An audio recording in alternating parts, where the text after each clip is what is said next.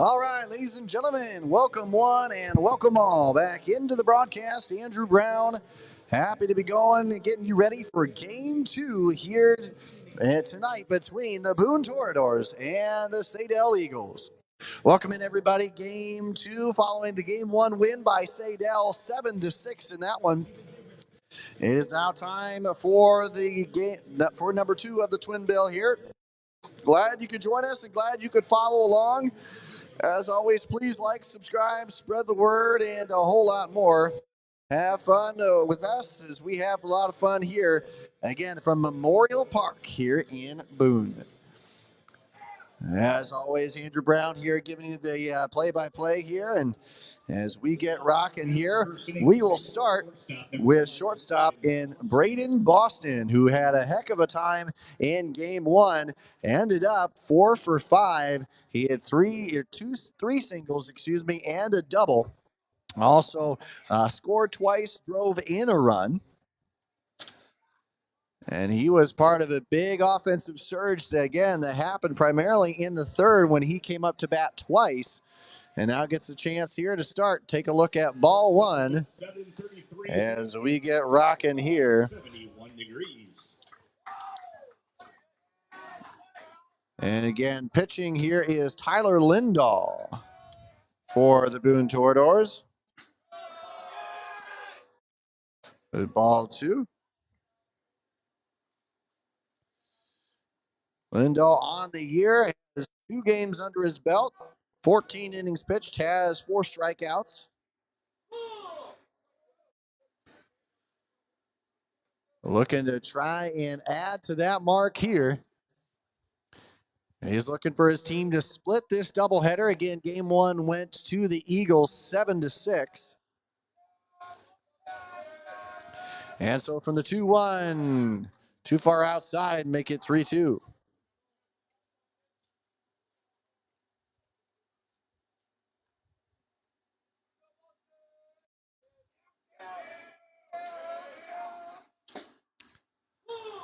And despite a thought that one may have been ball 4, it ends up strike 2.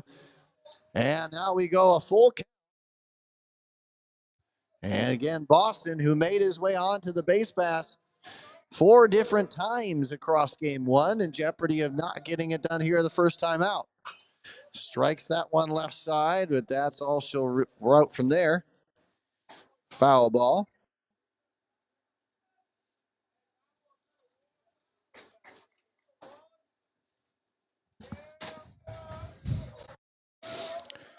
So game two, starting off, first batter here. That one gets hit high, and that will be veering off left side, and almost a playable catch, but not quite.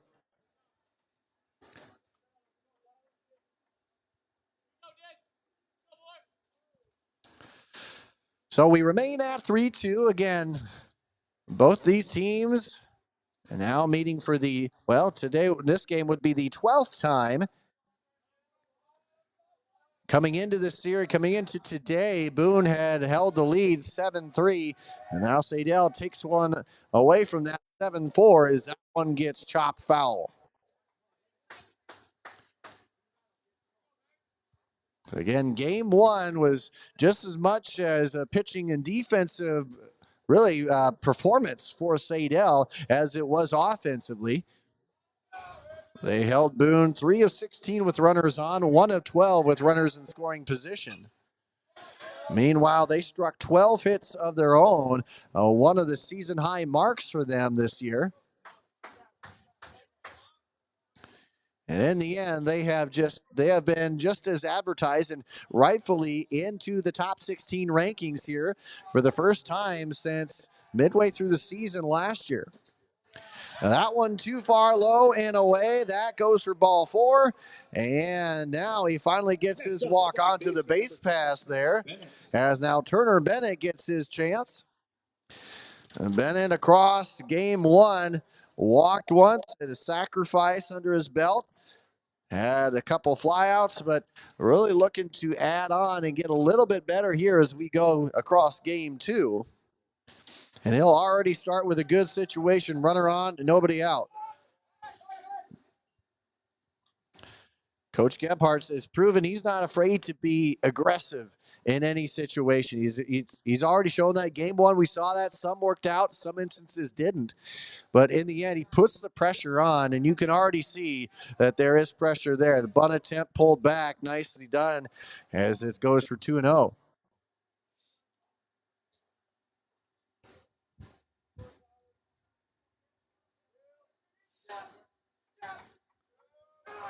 So game two of the twin bill here. Saydel already took game one.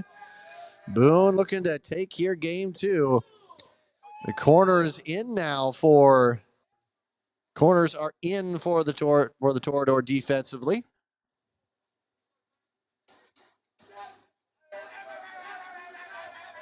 The pitch and a nice bunt attempt laid down. The only play is going to be over there to first. They will get him by a step. They tried to connect on the other play to second, but could not. In the end, Bennett with another sacrifice bunt under his belt.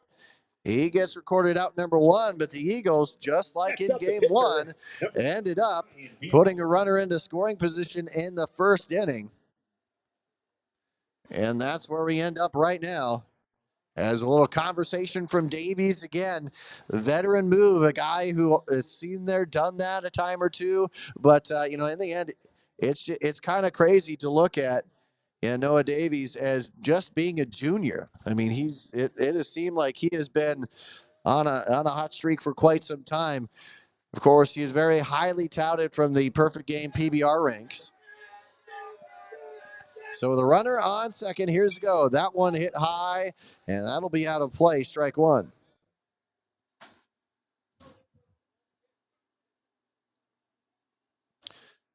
So as we continue to rock here, don't forget that we have all the great info on our thoughts on who are some of the top freshmen, sophomores, juniors, and seniors. Right back up to Lindahl. He'll take a look at second. Meanwhile, the runner taken off to third. The throw will not be in time. Nicely done by Boston, gauging where that throw is at from the pitcher's mound and having the speed and the wherewithal to get on over to third. First baseman Cam So despite the second out, a chance to capture the lead once again.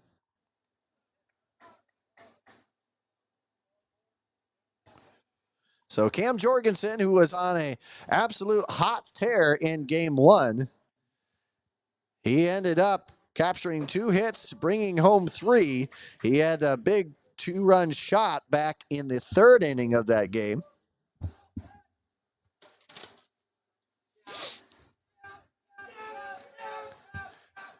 The 1-0 sends foul, 1-1. Saydel now standing at 8-1 in their overall record. Boone, after game one, falling to 7-2. Saydel has now won 2 in a row in this series, looking to make it 3. Meanwhile, Boone looking for their 8th win in the series.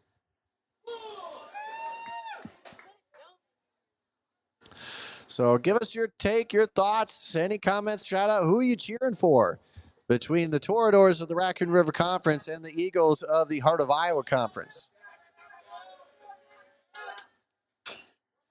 That one off of Jorgensen.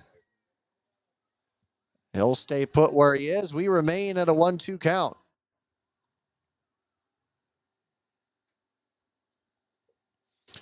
As always, please give us some shout-outs, more videos, highlights that we can put on our show to highlight those players and more. We want to do that.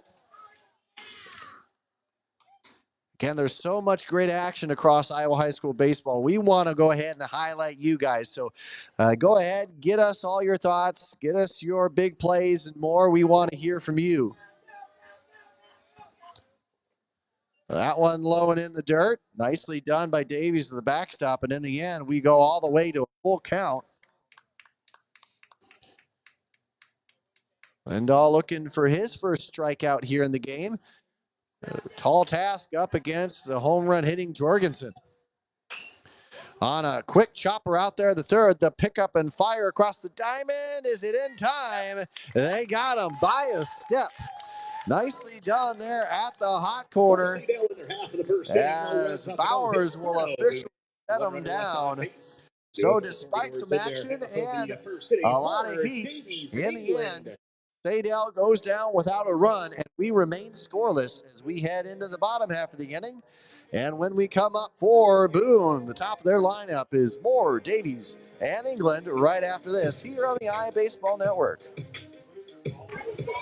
Hey, ladies and gentlemen, Andrew Brown here with IA Baseball. I'm here at the PBR Spring League, but man, there's a whole lot of good that I want to talk to you about outside of what's happening on the fields, and that includes the batting donut. That's right here. The batting donut, I would urge anybody to check out. It is a really cool way to help improve your confidence and boost your energy, boost your endurance, all by slipping this onto your bat. That's it. And hey, look at that. You got sprinkles, you got everything. It's the whole package. And by the way, they come in pink as well. They come in 9 and 16 ounce versions.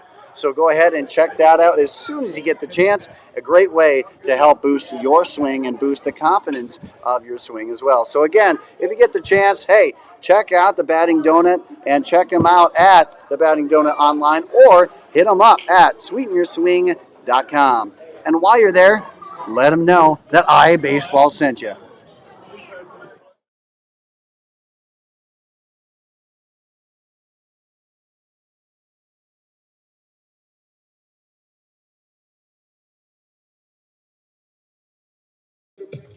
Welcome back, ladies and gentlemen, into the broadcast. Andrew Brown alongside you with a great battle here in 3A land. Heart of Iowa Conference member Saydel already with one win in this twin bill against the Raccoon River Conference representative in the Boone Toreadors. It will start off with Moore, Davis, and England getting set ready here from Memorial Park. Fantastic venue here. And overall, we appreciate you coming along with us for the ride. Van Houten on the mound here for the Saydel Eagles, looking to rock it here.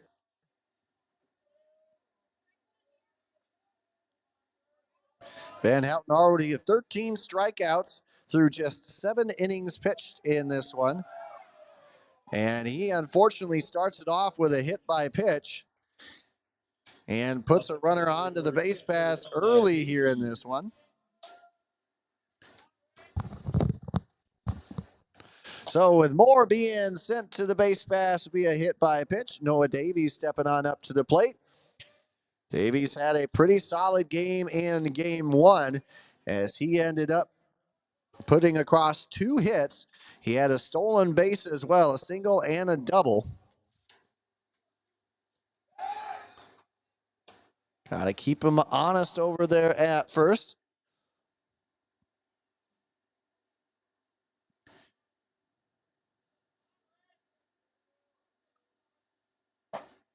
That one couldn't find the zone.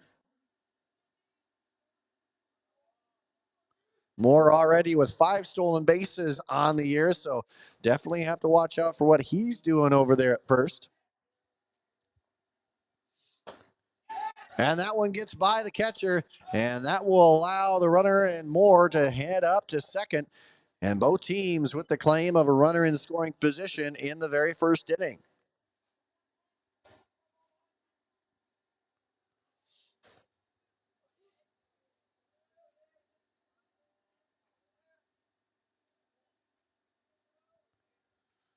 Next pitch, that one a nice breaker, but breaks too far out of the zone.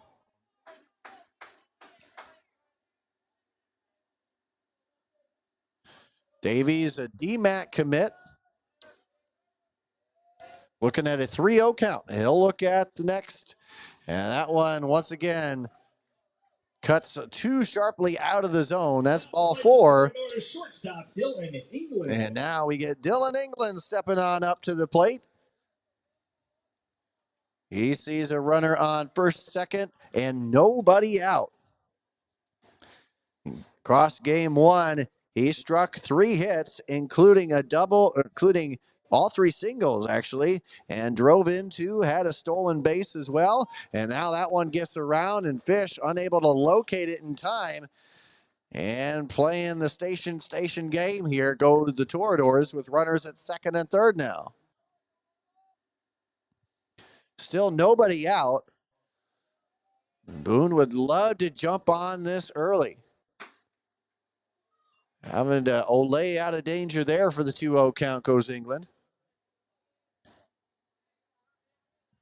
Again, the field here for the Saydel Eagles. Van Houten pitching, Fish is behind the plate. As that one gets high, and that will be playable out there, trailing towards the line, coming on, and there will not be a catch made. One run has already come home, making two. As we have a lead here for the Boone Toreadors, as they now lead this one by a 1-0 margin.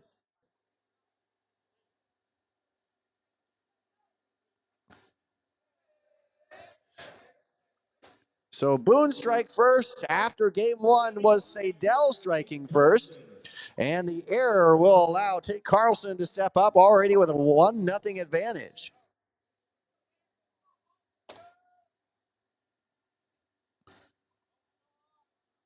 So runners once again on second and third, one away, or nobody away. One run has already crossed the plate for Boone. And that's a strike called. So Boone out to a strong start here on this one. Van Houten with the pitch. Couldn't paint the outside corner enough. Evens it up at 1-1.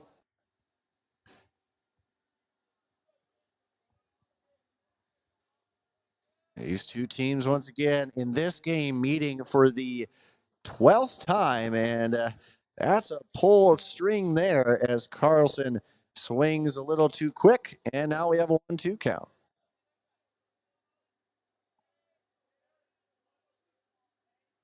And the 1-2 delivery couldn't capture the outer edge. Evens it up now. The inning started with a Luke Moore hit by pitch, a Davies walk, and then the error, which put England on second and has Davies on at third. And now that is the first strikeout of the game as Van Houten K's Carlson and sets down a big out number one. And Cole Bowers gets the chance to step on up.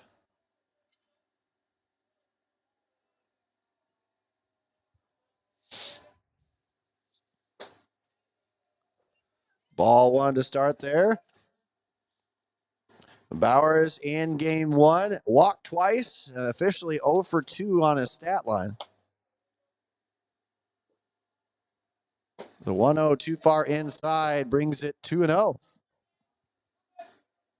So any other stats around the league, hit us up. We'd love to see what is going on, not just within the Raccoon River Conference and heart of Iowa, but beyond that. That one too far low, says Blue.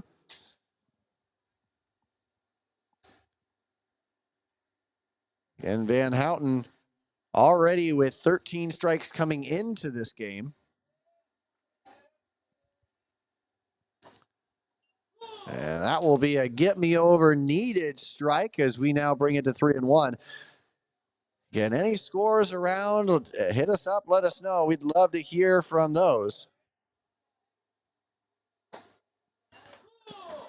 Van Houten getting back into this one here. We now draw it full.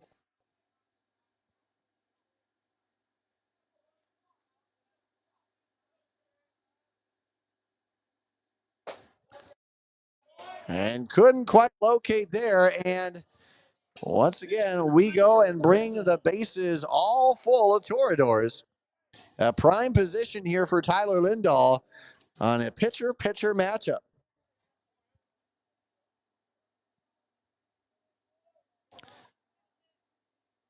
So Davies at third, England at second, Bauer stands at first.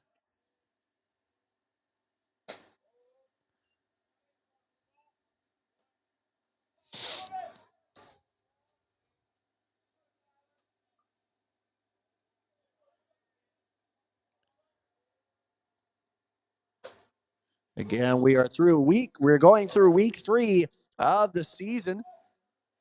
We've already had some really big storylines as well, really across all classes. So it's been a fun season so far, and really can't wait to see how this one continues. That one on a two-chopper out there to the middle. The pick from Boston, the fire across. He got him. Wow. What a play. In the meantime, though, Boone does add another run to their mark as it's a 2-0 Torador advantage. And we go back to runners on second and third. So bringing home a run goes Lindahl.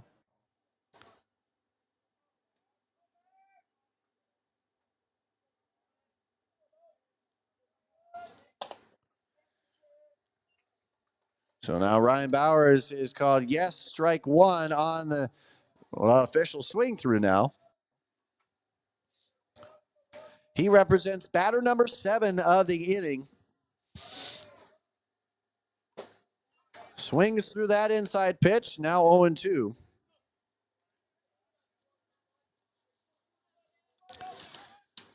Bowers had a 1-for-3 night in game 1 with the sacrifice RBI.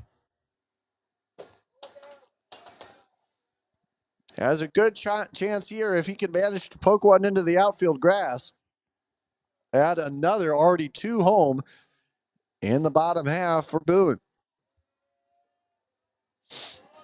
The look, now the fire. That one, nice framework behind the plate, but Fish could manage to convince Blue for a strike. We go 2-2, 2 out, and 2 on.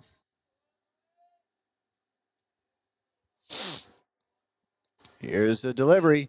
That one on a slow chopper, but goes foul. So what more do you want to see here? Whether it be from the broadcast, whether it be from the shows, all the content we put out, hit us up. iabaseball1@gmail.com is the place to go. The 2-2 is swung on and strike number 3. Strikeout number 2 in the game here for Van Houten as he officially sets them down, but not before. It was 2 runs crossing the plate for the Toradors as they have the 2-0 advantage as we head into inning number 2. And we'll be back after this. Hey, ladies and gentlemen, Andrew Brown here with IA Baseball.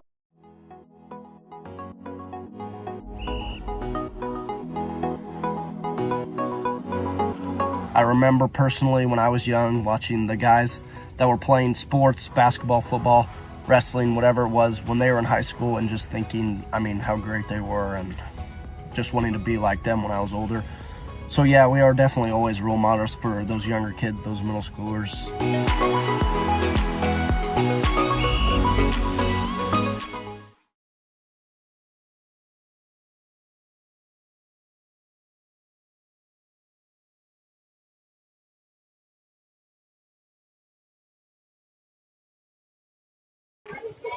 Hey, ladies and gentlemen, Andrew Brown here with IA Baseball. I'm here at the PBR Spring League, but man, there's a whole lot of good that I want to talk to you about outside of what's happening on the fields, and that includes the batting donut. That's right here. The batting donut, I would urge anybody to check out. It is a really cool way to help improve your confidence and boost your energy, boost your endurance, all by slipping this onto your bat. That's it. And hey, look at that. You got sprinkles, you got everything. It's the whole package. And by the way, they come in pink as well. They come in 9 and 16 ounce versions. So go ahead and check that out as soon as you get the chance. A great way to help boost your swing and boost the confidence of your swing as well. So again, if you get the chance, hey, check out the Batting Donut and check them out at the Batting Donut online or hit them up at sweetenyourswing.com. And while you're there, let them know that IA Baseball sent you.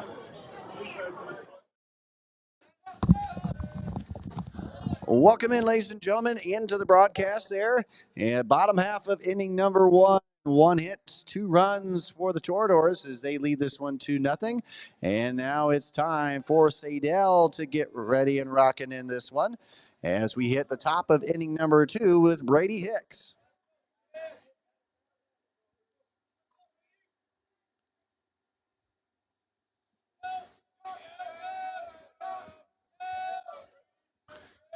Lindahl with the hurl, and that one caught the outside edge, and Noah Davies knew it right from the get-go. He popped up quick and threw that one to third for the roundabout.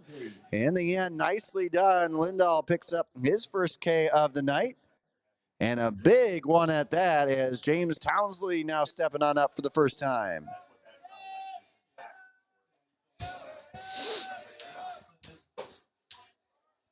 A swing through, a good hack, but comes up empty, 0-1. Again, make sure to check out the batting donut. Literally a donut you put on your bat, and again, helps with the swing from 9-ounce, 16-ounce varieties. Again, comes in the blue and the pink versions, and man, it's just a fun overall way to help you keep your bats strong, smooth, and connected. The 1-1, slap foul, 1-2.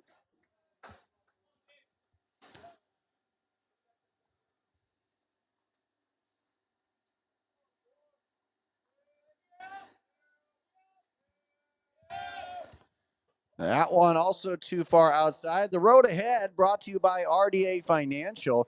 Personalized innovative solutions here for you. Make sure to check them out at rdafinancial.com. The 2-2 is right up the middle, and that's how you do it. James Townsley with a strike here. He picks up a single. First hit of the game for Saydel. Blake Fish. As now Blake Fish stepping on up to the plate. He struck a hit in his game one. He ended up with a double, ended up a flyout, hit by a pitch, two flyouts, and of course that double in the fifth inning here in game one.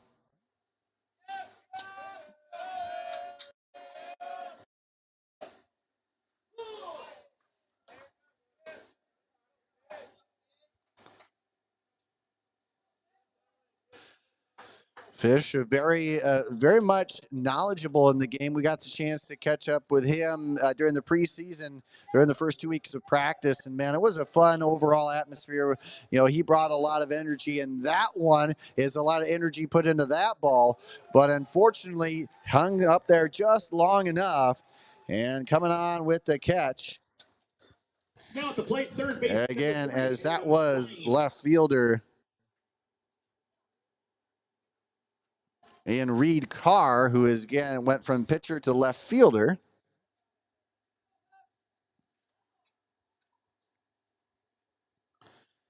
And so now we have stepping on up, Adam Mean back up at, trying to do it here. The third baseman trying to add to what he did.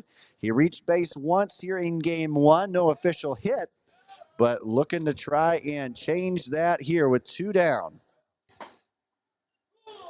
And now brings it 1-1. So the road ahead for Saydel, their next battle on the 9th will include a doubleheader against Roland Story. And then they take on South Hamilton on June 10th. Both of those are at home. They also go ahead and take on PCM and on the 12th, and then followed by a June 14th Carroll tournament against Carroll, Coon Rapids Bayard, and MOCOU. That one, a slow roller out there to short. The nice pick and fire there by England. You could tell he knows what he's doing there as he will record the out. So mine gets the 6-4 force out. And now with that, we will head out to the bottom half of the inning. And when we do head to the bottom half, it will be Carlson, Carr, and more. And when we return right here on the iBaseball Network. But first, this broadcast brought to you by the great folks at the Log Cabin Greek Steakhouse in Galena, Illinois. Man, I've sung their praises for a while now, and really for good reason. It's top quality food and a top quality atmosphere. And they're great supporters of baseball. They're great supporters of athletics in the area. Again, just outside of Dubuque, they do a great job of highlighting as much as they can the game and everybody involved in it. So make sure you get involved by checking out the Log Cabin Greek Steakhouse in Galena, Illinois. Check them out today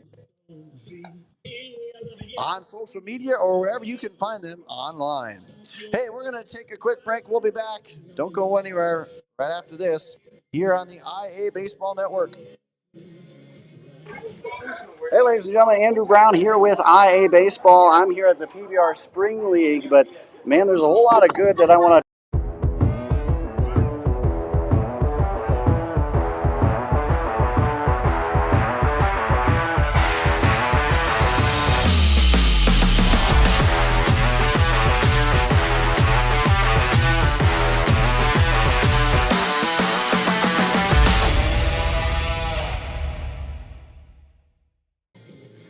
Welcome back, ladies and gentlemen, and to the broadcast. Andrew Brown with you here. Happy to be, and as always, thank you for tuning in. We're going to look at the road ahead here for Saydel, the visual representation. As you can see there, a ninth, the Roland Story doubleheader, followed by South Hamilton and PCM, and then the Carroll tournament on the 14th.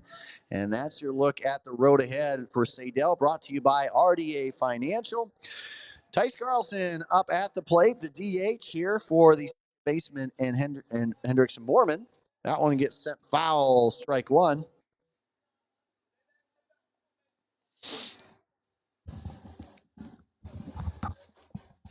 So a little bit of precipitation coming on down, but the game's still rocking here in the bottom half of the second. And that one laced out there, and you hit them where they ain't. That truly was the Bermuda Triangle of where they were not, as Soma was shading a little bit shallow into left field. And that one went right in between mine and Boston. And that's how you get there. The second hit of the ball game here for the Toreadors puts a runner on base with Reed Carr up at the plate.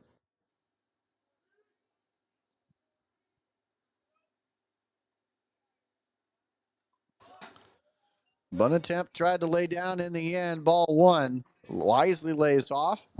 It's a 2-0 advantage here. The Toreador is up on top here early. Adam Mine, third baseman, has crept up into the grass here.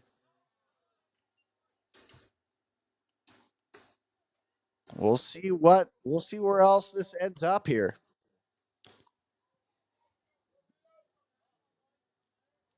Again, it was Saydel to take game one of this doubleheader. This is game two. A nice breaker ends up catching the outer edge.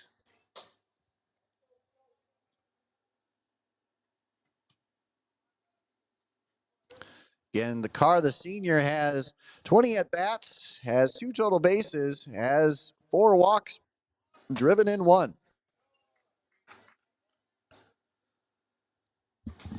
And right now he has a 3-1 count.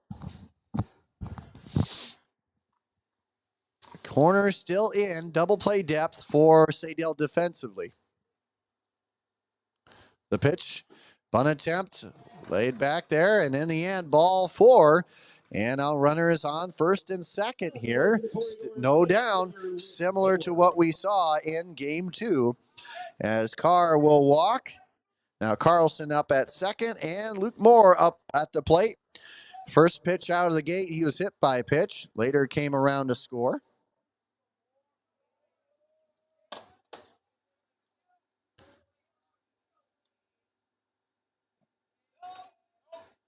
That one in the dirt, ball 1.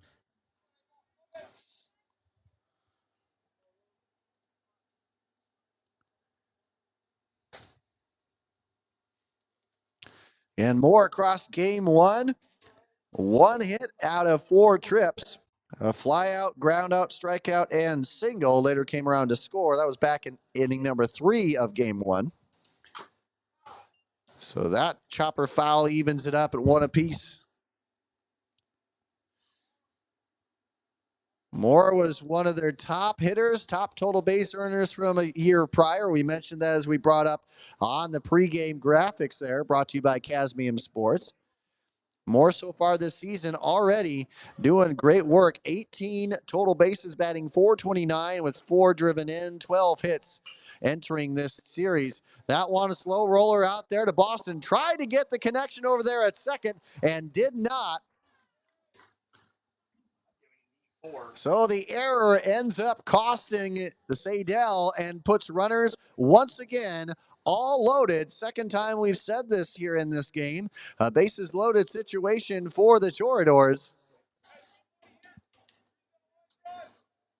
As the E6 puts up Noah Davies to the plate. And guys, this could get really interesting here.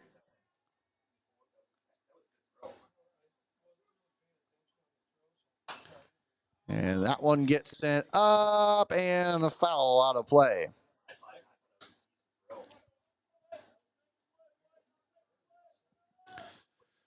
So once again, here we stand. 0-1, bases are loaded. Noah Davies, one of the top hitters already, one of the top total base earners. That one not quite in there for a ball. And Davies, 9 total bases, has been walked 12 times, has 5 runs driven in through that still. That pitch finds the inner corner just off the belt for the strike, 1-2.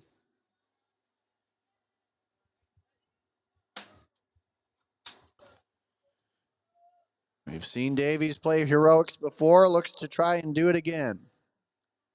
A look from Van Houten, the fire. That one struck, and that will get its way into the outfield grass. 1 run coming around home. Looking at 2. The throw, not in time. And Noah Davies adding 2 more onto the scoreboard. 4-0 advantage here for the home squad.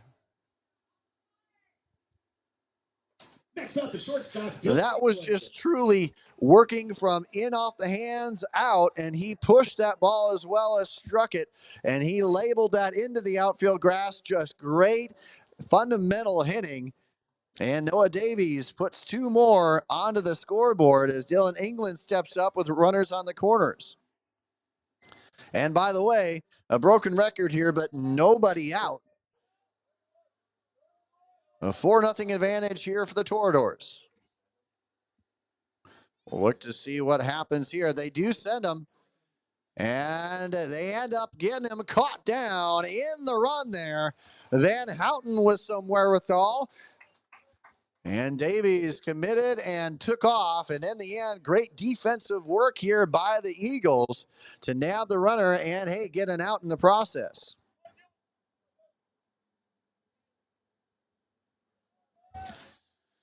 So with 1 down, Davies still has a runner at third.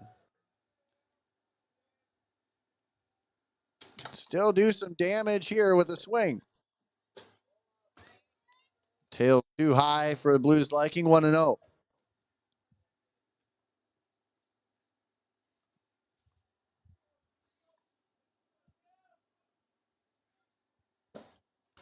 A nice get-me-over breaker, but not in the zone, 2-0. Again, standing on third is Moore.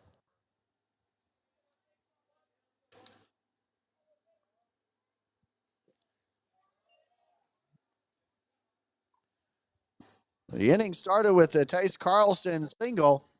Reed Carr ended up walking, and a Luke Moore error loaded the bases. And then it was all Noah Davies with a single up the middle to put 2 more onto the scoreboard, and that's where we sit now with a 4-0 Boone advantage.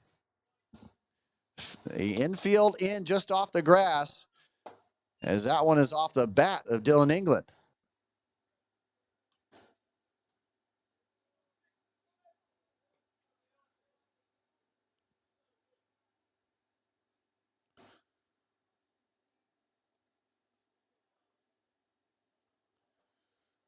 So England, a Iowa Western commit, looks at a 3-1 count.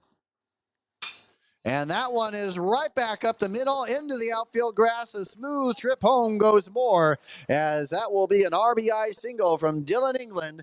It's a 5-0 advantage, Boone. Right fielder Tate Carlson.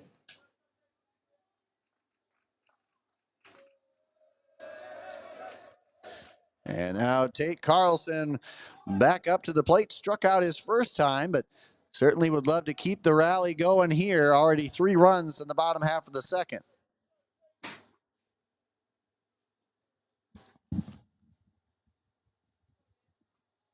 And a smooth pickoff move keeps him honest there at first.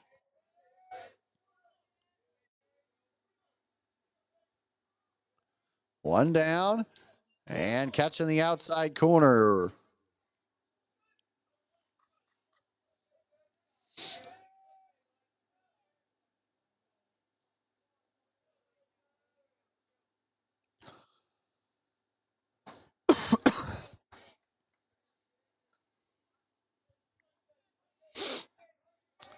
So the 0-2 count. Already Carlson represents the sixth batter of the inning for Boone.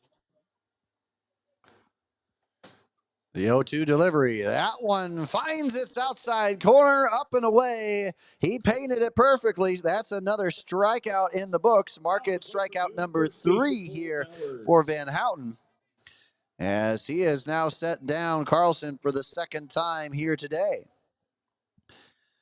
Cole Bowers gets the chance to step on up. He has 2 down with a runner on. Bowers walked in inning number 1.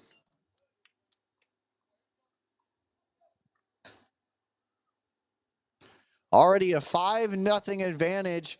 2 runs in the first, now 3 in the second here for the Toreadors. And the fire. That one too high and more of a chin music type throw. 2-0 is the count.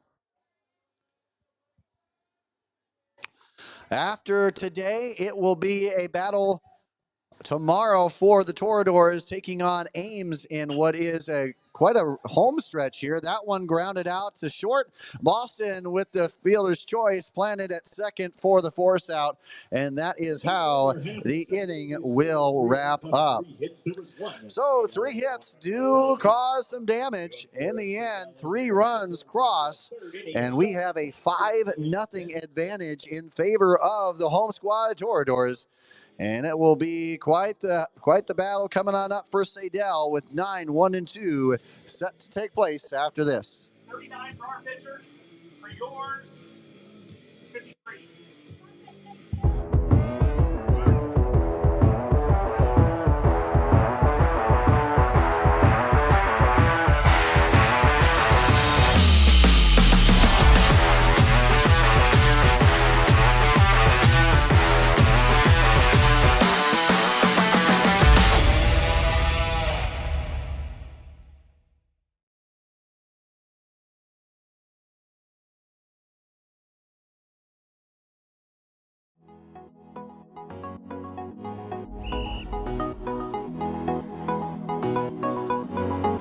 I remember personally when I was young watching the guys that were playing sports, basketball, football, wrestling, whatever it was, when they were in high school, and just thinking, I mean, how great they were, and just wanting to be like them when I was older.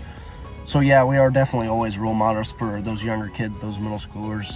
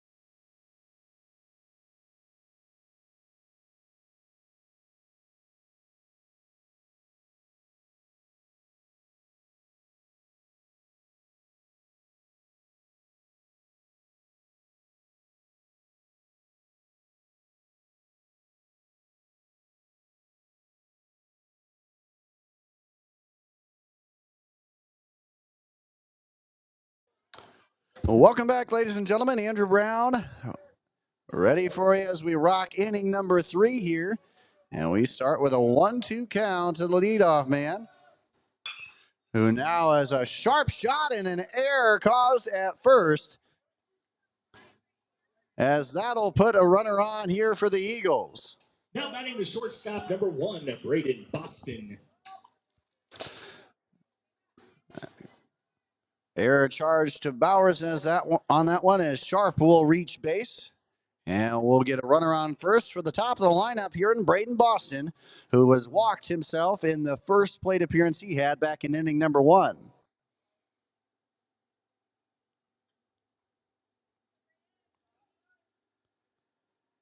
So nobody on, or nobody out. One runner on, a 1-0 count. Saydel jumped out to the early lead in game one. It's been Boone here in game two, and it's been all Boone. 5-0 the advantage.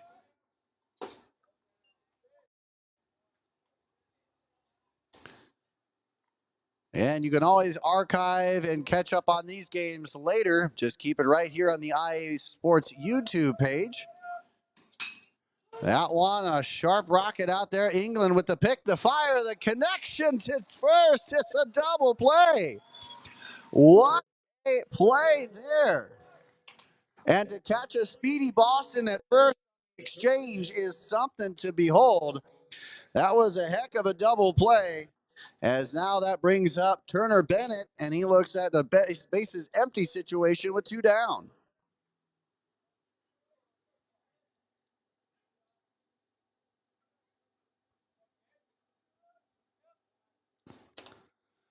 Heck of a play here, and that one is chopped on a 2-hopper out there. The third, Bowers to Bowers. The connection is good, and the out is had. So despite the error, nothing really coming there. It is, in the end, a good inning for the Boone Toradors defensively. They once again hold Saydel scoreless here in this one, and we keep rocking from here. Hey, we'll have more when we come back. It'll be 6, 7, and 8 for the Toradors right after this here on the IA Baseball Network.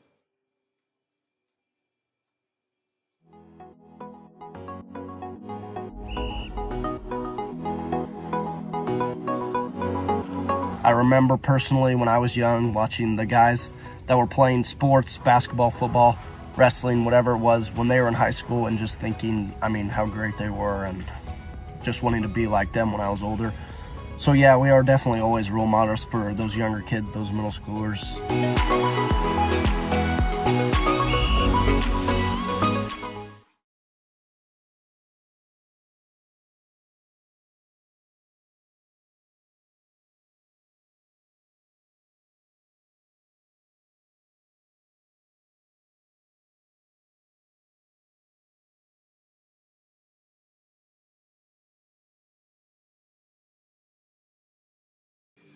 All right, ladies and gentlemen, welcome on back. Let's keep rocking it. It is now the bottom half of the inning as we got more coming your way with a 5-0 lead in favor of Boone, who gets a chance to come up to the bat. And they have done a pretty good job at holding Saydel to not much offense when it comes to this game so far. Game two, a much different comparison so far anyway. Just one hit allowed for Lindahl and Boone defensively, and offensively they have done pretty well. 4 hits themselves, 5 runs. They are controlling the game right now, and it's a pitcher-pitcher battle as Lindahl steps up to the plate, takes ball 1. Last time up, Lindahl grounded out, but recorded 1 of the 5 runs back in inning number 1.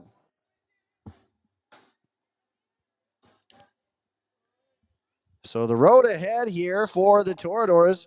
Tomorrow they'll take one of their 4-game homestand, as they'll do so against Ames again on the 6th.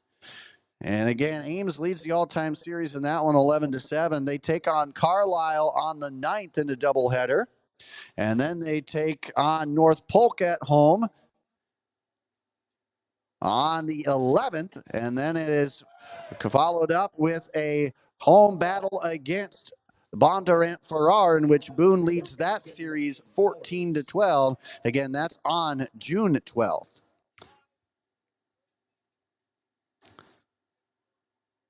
So with a runner onto the base pass there, and a courtesy runner in Landon Youngblood.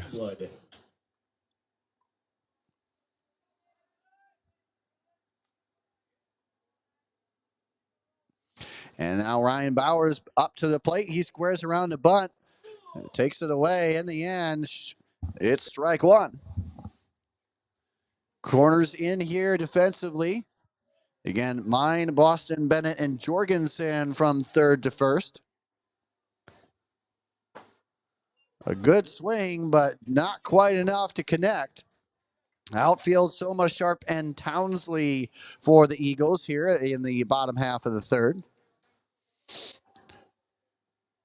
The 0-2 delivery and the pitch. That one gets hit high, and that will be just out in the outfield grass. Coming on to the play, hard play at that, Townsley, as he ended up rolling, but in the end, caught it for the out.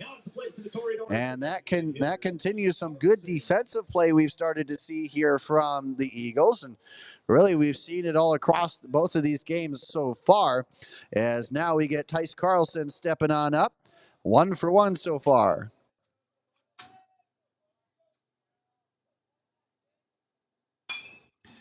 And that one gets sent out there. Nicely done, and a double play, Saydel style there. Both teams now with some double play action there, and what a double play that was. A quick hit turnaround, and you just can't battle against that offensively if you're Boone. So that officially marks it the first scoreless inning of this game, as it goes and remains a 5-all tie in favor of the Toreadors. And with that, we will head on down and give you inning number 4 when we get back after this. Hey, don't go anywhere. Right back after this on the iBaseball Network.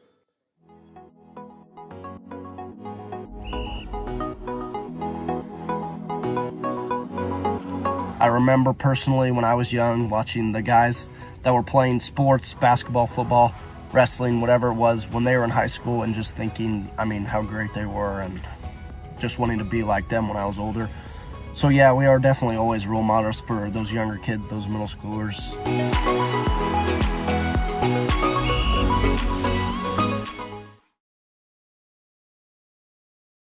Hey everybody, got something special for all you electric fence owners out there. It's called Insulites, the LED flashing insulated light that you can see from up to half a mile or more away. It's so great you can see it from the comforts of your car or even your own home. That's right, you can put it onto almost any type of post out there, run the wire right through it, and that's all you need to do. Because Insulites goes with the pulse of the fence. So if there is no pulse, there is no flashing light, helping you locate where a problem may be or where a problem may exist that you didn't know was happening. It's simple as that. So you don't need to ground anything, add any bulky equipment, or shock yourself to test if your fence is working. All you need to do today is head to insulites.com and get you some, and you will not be disappointed. It's simplicity at its finest. So go ahead to insulites.com today and get you some. Oh, and by the way, make sure to tell them that IA Baseball sent you. Welcome back, ladies and gentlemen. A pitcher-pitcher matchup here. Van Houten stepping on up to the plate. 2 strikes on him here.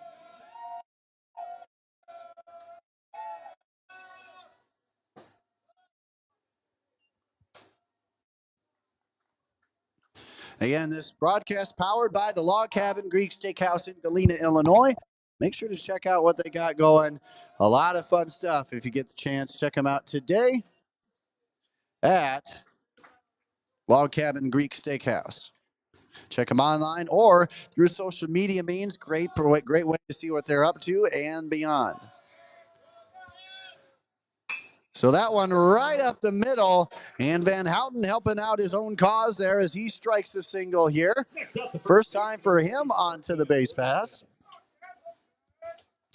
And Cam Jorgensen getting the chance. He is 0 for 1 so far with a ground out.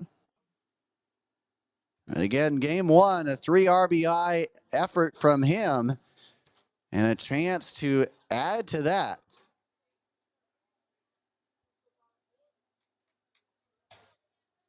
Courtesy running at a first base, number 8, Shane Scott. Shane Scott doing the base running duties. He stands as the runner on first. Nobody out. Saydel trying to get something going here in this one. Strike 1 over there.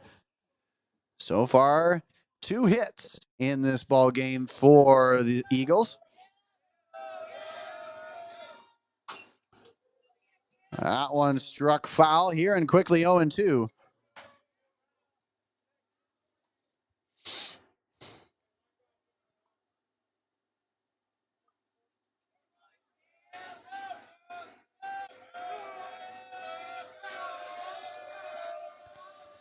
The 0-2 delivery. Here's the pitch. That one, a strike left side. Bowers with the pick deep in the hole. He'll connect to second for the out, but there will be no chance he can relay that on to first. But they do get the lead runner for the out. As we have out number one, as Brady Hicks gets the chance to step on up here for the second time.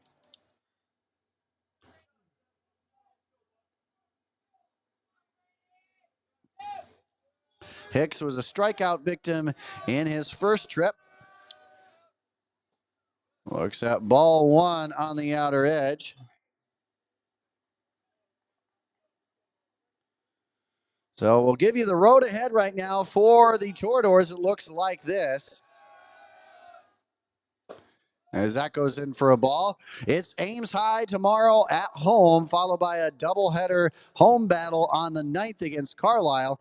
And then they take on a single battle against North Polk on the 11th, followed by a home battle against Bondurant Farrar on the 12th. A 5-game home slate here for the Toreadors coming on up.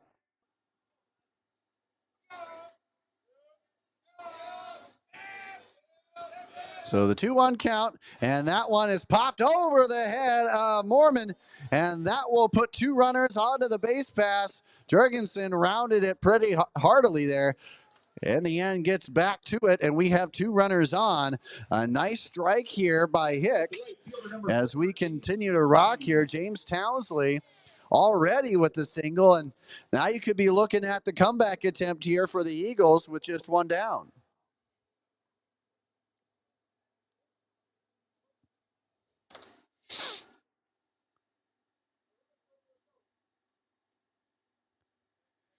And Townsley singled back in the second. Ended up stranded onto the base paths. His team finds himself down 5-0, but sure would love to add some more here. And he could tell he was aiming for something big there. A high heater ends up coming up short. Boone came up to a 2-0 lead in the first, 5-0 lead after 2. That's where we stand here now, as that one's chopped back for strike 2. So give a lot of credit to Lindahl. You know, in game 1, when Reed Carr, one of their top pitchers going through, Saydel ended up with 12 hits. And right now, only been a handful here for the Eagles. And so far, through 2 2 1/3, Lindahl's been holding his own.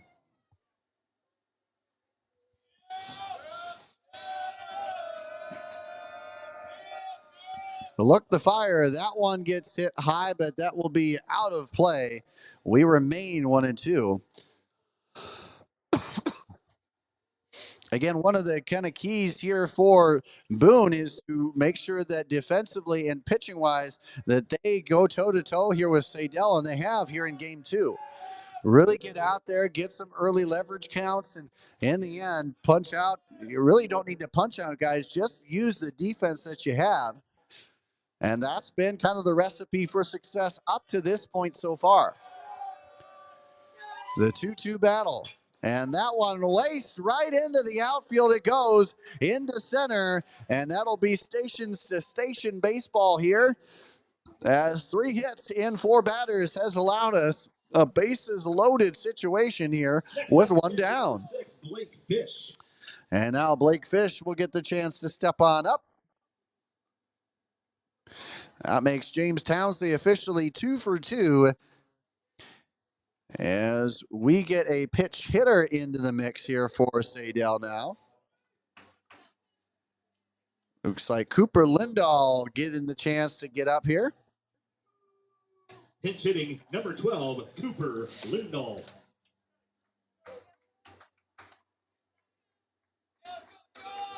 So still 1 down, and Lindahl coming in a pressure cooker of a situation here. He has bases fully loaded of Eagles, and he has a chance now to play a little bit of hero here, a chance to cut into that deficit down 5-0.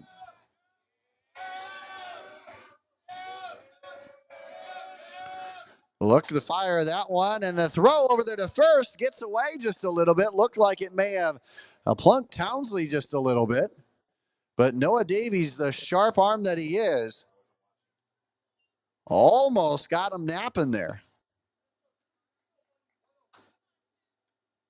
So with the 1-0 count we have,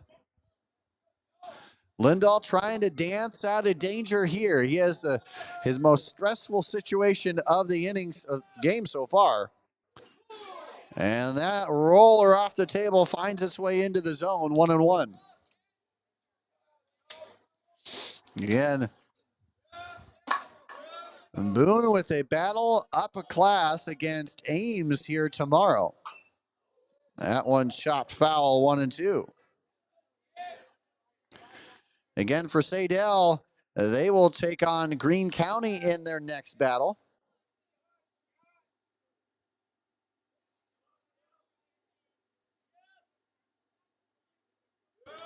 Excuse me, they will take on a doubleheader against Roland Story at home. That one, that's plunked into left field, and there you go. One run coming on home already, and now a mishap in left field.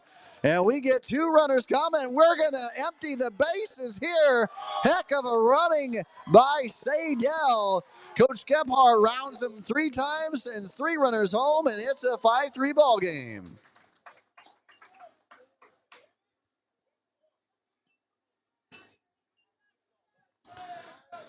That was heck of a play out there, and in the end, a little bit of a mishap out there in the outfield helped give 3 runs to cross the plate, but what a strike here by Lindahl as he picks up 3 runs in the process and now stands on second.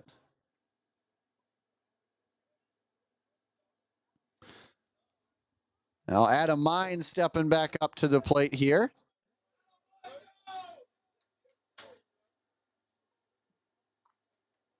A little conversation here with Blue and up. And we continue on here. Saydel has cut this from a 5-run deficit to absolutely 2.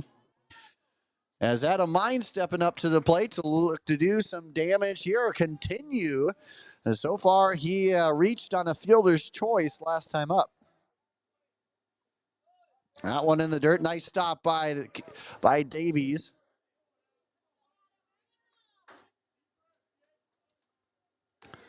Again, heck of a strike here by Cooper Lindahl coming in pitch hit wise. And he plates 3 in the process.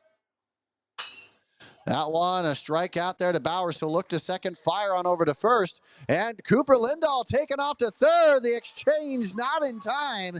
And Cooper Lindahl will do some nice nifty base running, and he'll get into scoring position here with 2 down.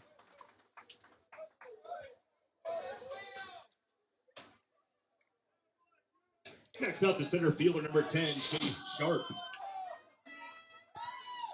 So now with 2 down, Chase Sharp, already having reached the base pass via an error back in the third, would love to continue what has been the strong going here. That one too far outside. He represents the 7th batter of the inning, as there have been 4 hits and 3 runs crossed, and that Adam ball just gets away from the glove of Mormon. And that will put 1 runner on. Good work out there by Carlson to keep him at his single. But Chase Sharp with an RBI strike. And that will bring up the top of the lineup here for the Eagles in Braden Boston.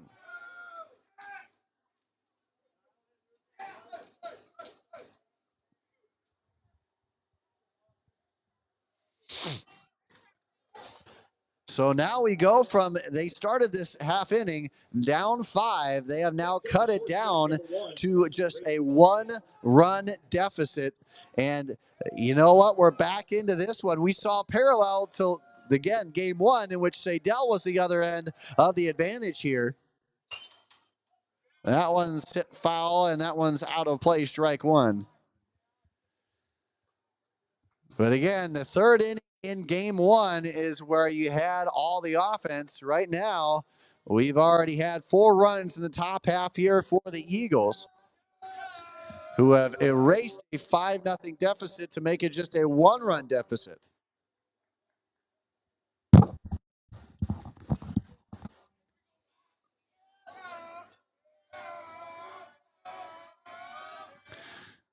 Boston, 8th batter of the inning, sends that one high. That'll be playable in shallow center. And Moore will stop the bleeding, but not before it was a 4-run action. What an absolute tear for the Eagles.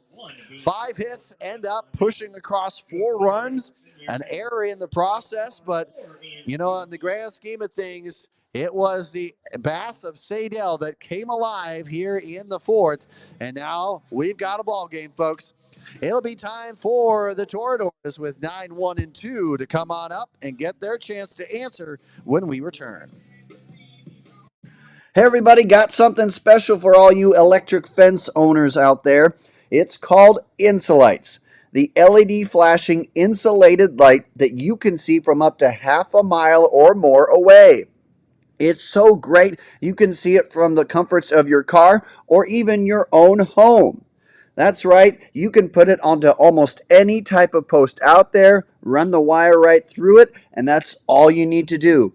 Because Insulites goes with the pulse of the fence. So if there is no pulse, there is no flashing light, helping you locate where a problem may be or where a problem may exist that you didn't know was happening.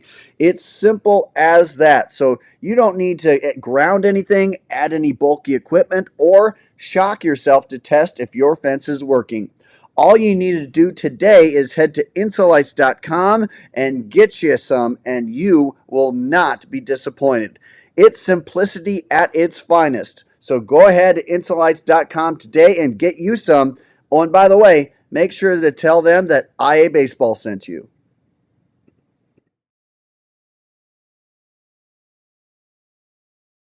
All right, ladies and gentlemen, I appreciate you coming along for the ride. This is a look on the field of Memorial Park here from Boone, Iowa. What a fantastic venue we have and a great game cooking up here. It looked all Boone to start things off, but since then, it's been quite the 4th inning answer here for Saydel as they plated 4 in the top half of the inning. And now we get the number 9 hole man in number 9, Reed Carr. He'll start things off with ball 1 to start his second at bat. He walked back in the second.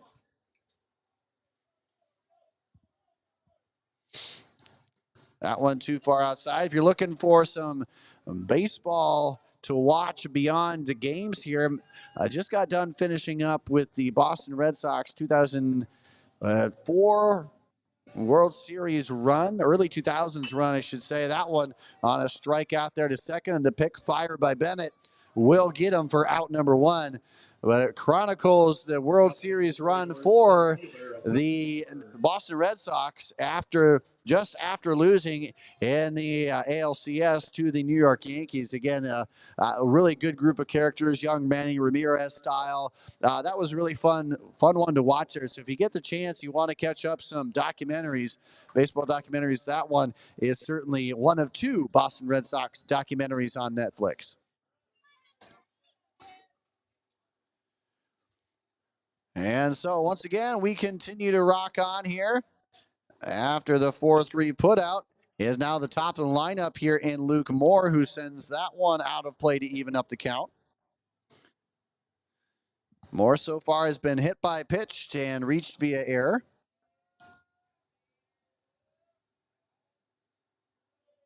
He looks at the 1-1 count, the pitch, the fire.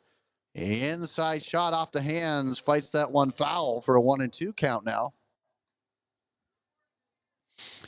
Moore was certainly a good inside-out swing, really has good handwork to connect to that ball. As we've seen, he's been one of the top total base earners the last few years for the Toradors. Lays off on that one right at eye level. Again, make sure to stay tuned for our next broadcast, which will be coming your way next week, and keep up your fan vote. Really, the last two games have been decided by the fans, and this was certainly one that the fans want to watch, and we're appreciative of that. So please go ahead and continue to give us your fan vote where you want us to send, and that one gets hit high, but that one gets lost a little bit out there in the outfield, tracking it into the corner into the alley, no go. And look at that, Lucas Moore will find his way on to third.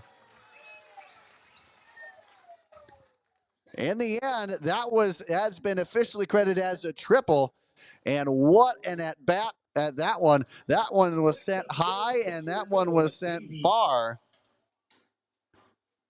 That was a major league high. That was major league up there in the, again, got lost in the lights just a bit. But man, that was a hard time tracking that ball for sure.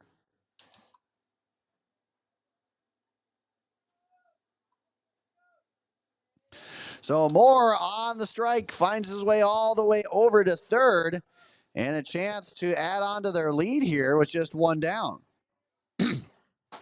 Noah Davies swings through that one. A healthy hack comes up empty, 1-1.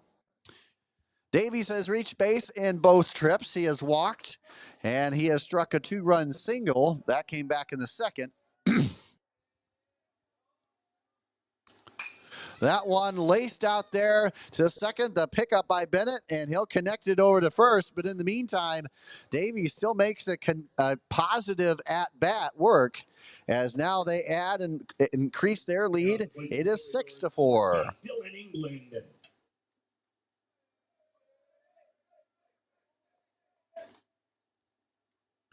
So with the bases cleared and 2 out, Dylan England steps on up to the plate. He's 2 for 2 with a double and an RBI single.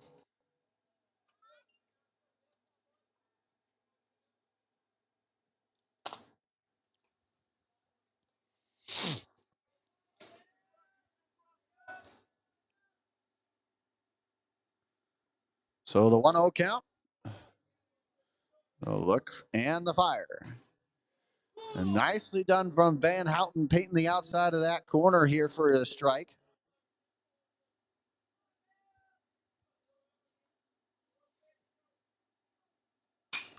That one gets hit out there into left field. That's going back, but nicely done by Soma, as he will collect that one close to the warning track. And that will be all she wrote for that half of the inning. Left on base. So, a sacrifice RBI, the highlight of inning number 4 for the Toreadors as they increase their lead by 2. It's a 6-4 ball game, and we're going to head now to inning number 5. And for Saydel, it will be Bennett, Van Houten, and Jorgensen due up to try and get back into this one. We'll be back after this here on the IA Baseball Network. Hey everybody, got something special for all you electric fence owners. RDA Financial Network is a proud sponsor of IABaseball.com. RDA supports the sport of baseball in the state of Iowa. We believe the game of baseball promotes many values such as hard work, determination, and teamwork, values that matter on and off the baseball field, and values that we demonstrate to our clients every day in our offices across the country. RDA provides financial planning and wealth management services to our clients in 6 communities in the state of Iowa. RDA Financial Network is an SEC-registered investment advisory firm. RDA advisors may offer securities through United Planners Financial Services, a member of FINRA and SIPC. United Planners is not affiliated with RDA Financial Network nor IABaseball.com. Please visit RDAFN.com to find an RDA advisor near you.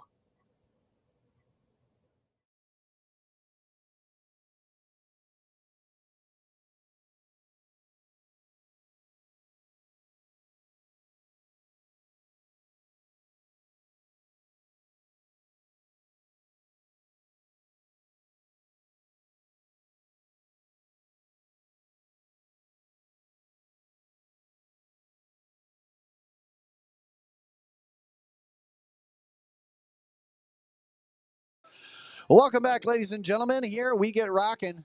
And we get rolling. It's the 5th inning, and appreciate you coming along for the ride with us. Andrew Brown giving you all the action here that's provided by this game, game 2 of the doubleheader.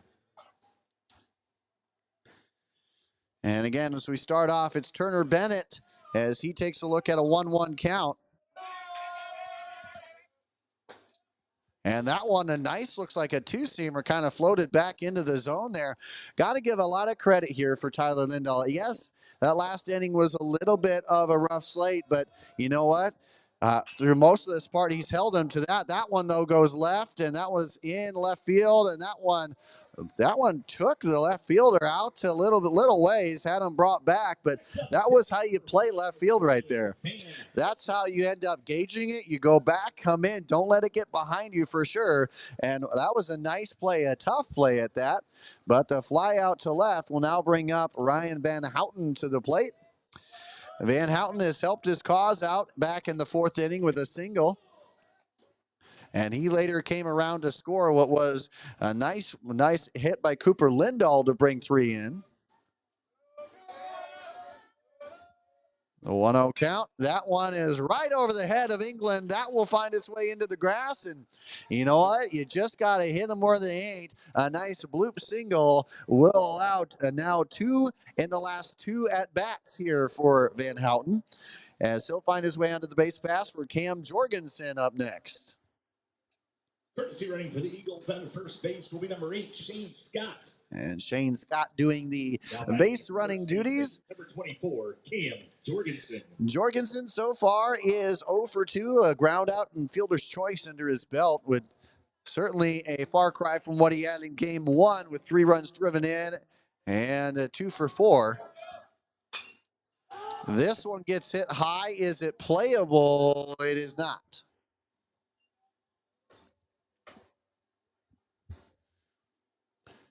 So again, our timeline brought to you in part by Casmium Sports. This started with 2 in the bottom of the 1st here for Boone. They added 3 more in the next inning. It was a 5-0 lead up until the 4th, in which the Eagles plated 4, and then it was answered by 1 run from the Toreadors in the bottom half to give us our 6-4 advantage by the Boone Toreadors as we now head into inning number 6, or inning number 5, excuse me. So we've had plenty of offense across both games so far. Enjoyed every second of it. That one gets hit hard. That one is up there, though. It has the breath under it anyway. As Jorgensen not happy, thought he had a little bit more with that hit. And that will be allowed out number 2. As Jorgensen knew he probably had that one, got under it just a bit. And that will be a fly out to center in the scorebook. And so with that, brings up DH Brady Hicks, who is 1 for 2 with a single. That one gets behind Davies, and that will get the runner over to second. Scoring position here for the Eagles. Haven't had as much of that here in game 2 comparatively to game 1. Because again, they had 12 hits in game 1. They ended up posting 6 hits and 5 runs in 1 single inning. So in the end, you know what? Hey, it's hard to sustain that across 2 games. Right now we have the 1-0 count here to the DH in Brady Hicks. Swings through that one empty now, 1-1. Again, check out the social media scene on our notable score, game recaps, and more. Give us your highlights, any big things that happened. Hit us up on social media, X, Instagram, Facebook, wherever. We're there. That one tails outside, ball 2. Again, kudos to all those in the soccer state tournament here from Des Moines here, in the Des Moines area anyway. Again, from County Soccer Complex in Des Moines, that's where the battles will be taking place. And again, good luck to all those partaking, and good luck to those who are searching for a title. The 3-1 count. That one Hicks did not agree with. Looked a little low to him off the belt, and nonetheless, we bring the count full at 3-2.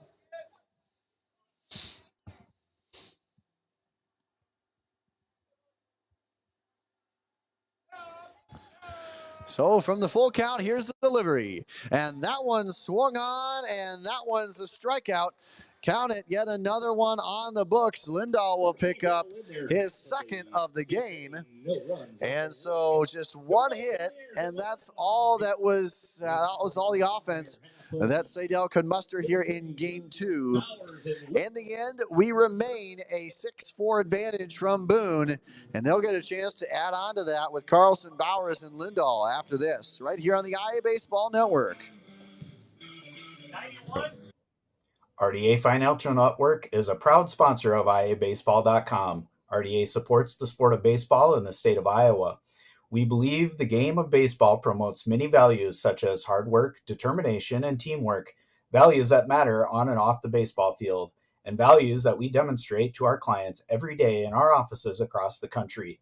RDA provides financial planning and wealth management services to our clients in 6 communities in the state of Iowa. RDA Financial Network is an SEC-registered investment advisory firm. RDA advisors may offer securities through United Planners Financial Services, a member of FINRA and SIPC. United Planners is not affiliated with RDA Financial Network nor IABaseball.com. Please visit RDAFN.com to find an RDA advisor near you.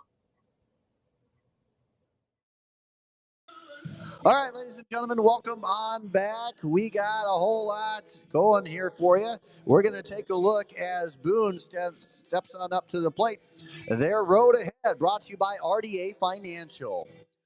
It again includes Ames at home here tomorrow, and then it will be next week, starting off a battle in the doubleheader style against Carlisle, in which Carlisle leads that series. Then it's North Polk on the 11th, and then it will be a home battle against Bondurant Farrar on June 12th to wrap up that week, in which Boone leads that all-time series by a mark of 14-12.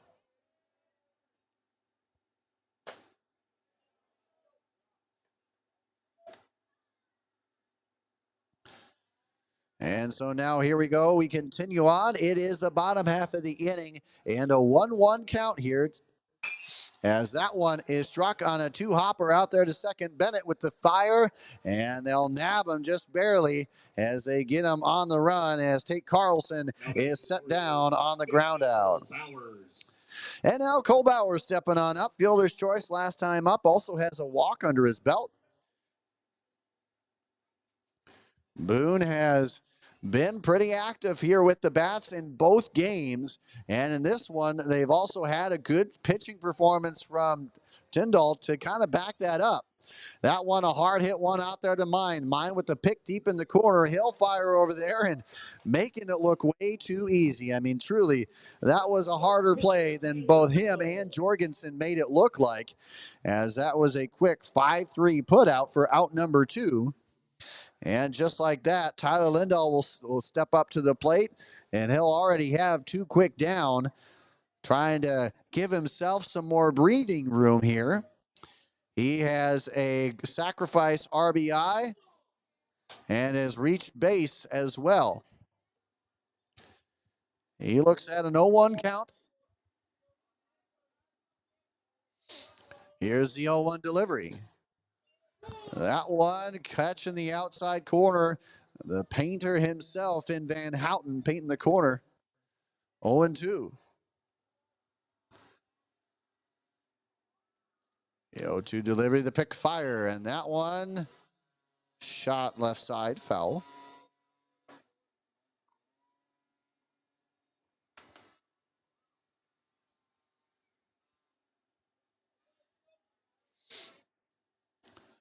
So remaining at 0-2, here's the pitch. Tried to backdoor it there, unsuccessful for a 1-2 count. Again, this is part of quite the 5-game home stretch here for the Toreadors,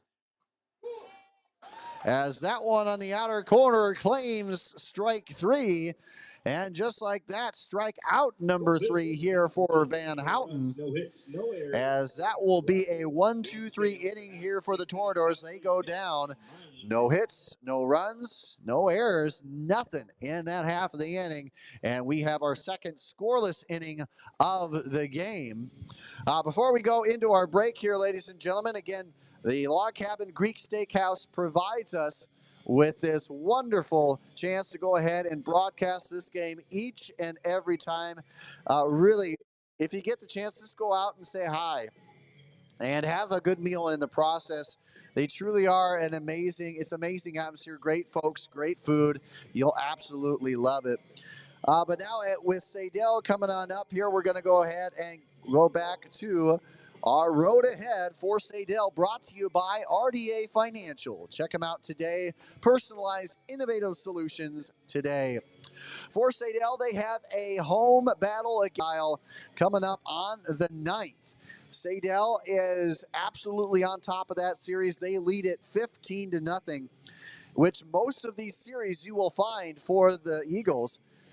They will then take on a battle the very next day against South Hamilton, a series in which Saydel leads 19-2.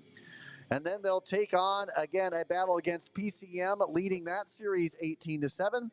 And then they will go ahead on the 14th and take on the Carroll tournament against host Carroll, Coon Rapids Barrett, and MVCOU.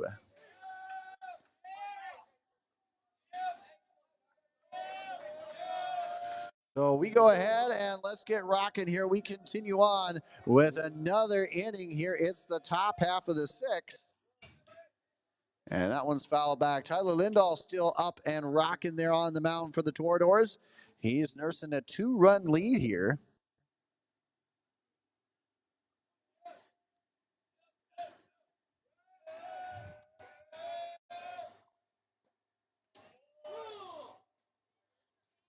And again, he's facing James Townsley, who has been impossible to get out. He's 2 for 2 so far with 2 singles. That one doesn't chase. Wisely doesn't chase. So the 1-2 count. The Eagles put up 4 in the 4th.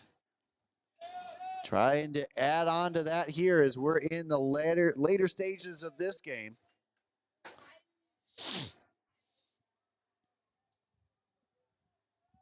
On deck would be Blake Fish to get back into the game here. That one catches the outer corner, and Lindahl striking out number 3 on the game. That's how you want to start it out there, as Blake Fish now comes up to the plate with 1 down.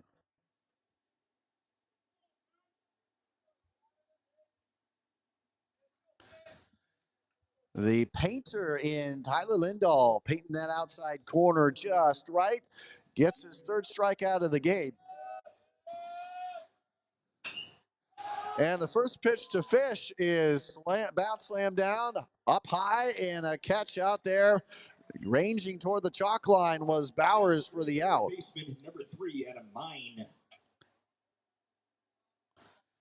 So 2 quick outs, and Adam Mine, who has a fielder's choice and a ground out under his belt, looks to try and keep this half inning alive.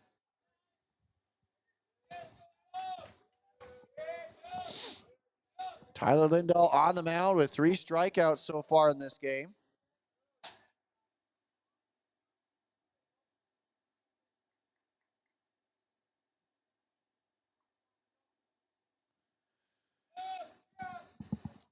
A 1-0 count, and the look to fire. That one will be too far inside for a 2-0 count. Lindahl so far has given up 7 hits, but has not surrendered the lead.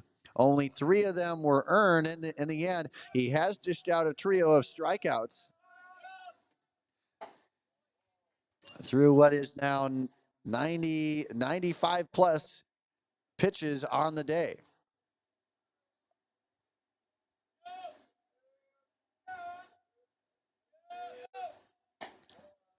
And with that, he draws a 4-pitch walk, and Mine keeps the at-bat, keeps the inning going here for the Eagles. As now Chase Sharp stepping on up to the plate. He is 1 for 2, an RBI single back in the 4th. So now is where you keep a lot of eyes out there on first.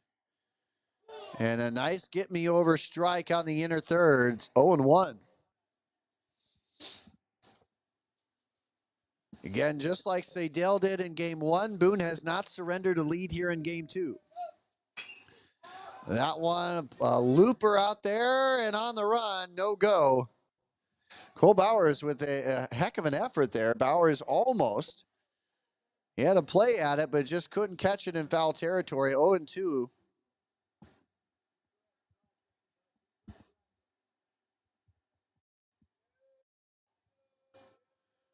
And now Lindahl looking for strikeout number 4. We'll see if he gets it here.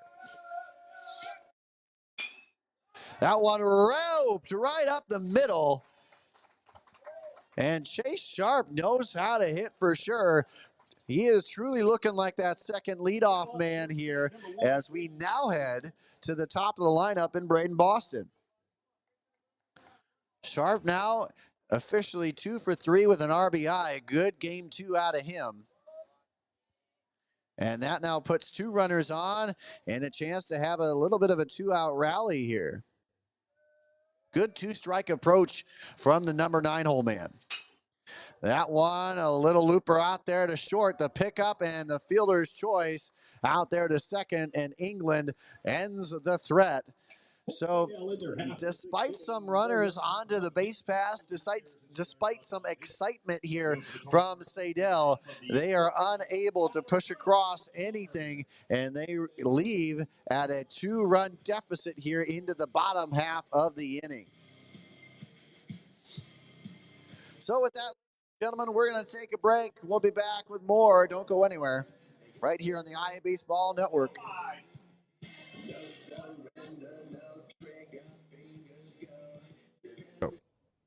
RDA Financial Network is a proud sponsor of IABaseball.com. RDA supports the sport of baseball in the state of Iowa. We believe the game of baseball promotes many values such as hard work, determination, and teamwork, values that matter on and off the baseball field, and values that we demonstrate to our clients every day in our offices across the country. RDA provides financial planning and wealth management services to our clients in 6 communities in the state of Iowa. RDA Financial Network is an SEC-registered investment advisory firm. RDA advisors may offer securities through United Planners Financial Services, a member of FINRA and SIPC. United Planners is not affiliated with RDA Financial Network nor IABaseball.com. Please visit RDAFN.com to find an RDA advisor near you.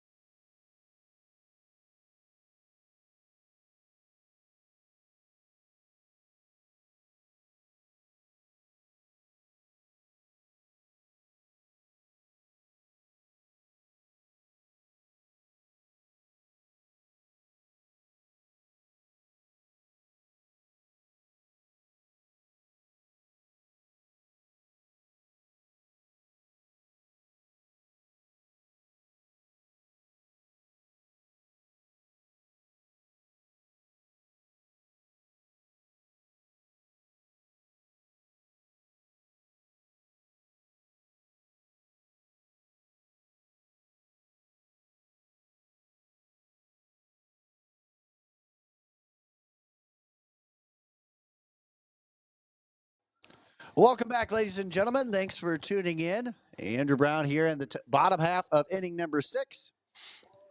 And a good breaker in there. Again, up to bat is Ryan Bowers. He is 0 for 2 with a strikeout and a pop-out so far through 2 trips.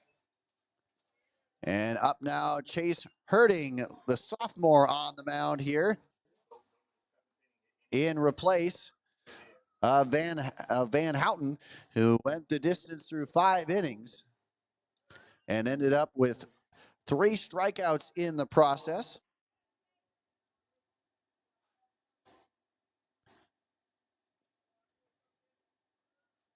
So the 2-2 count here to Bowers. Looking for his first hit in the ball game. A nice slider, but thrown too far outside. Can't backdoor it enough. 3-2 the count.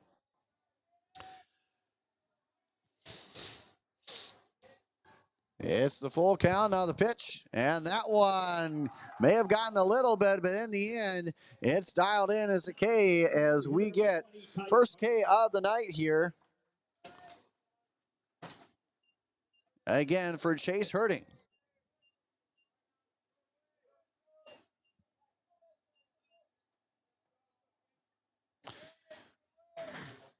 And now Tice Carlson stepping on up to the plate.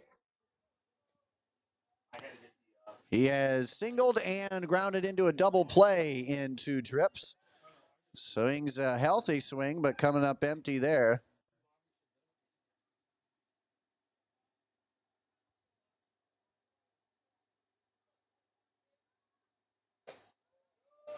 That one a little outside, ball 1.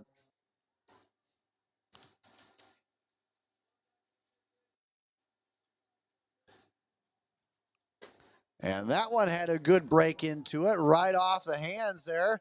And in the end, it was deemed swing through.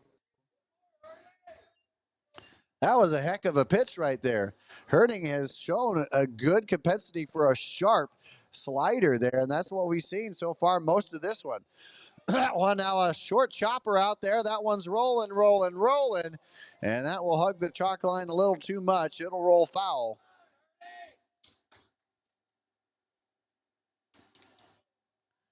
And that's just a long walk back here for Carlson. Again, who is officially 1 for 2 in the game. Boone looking to even up this series here, or even up this doubleheader, I should say. Looking for win number 8 in the all-time series.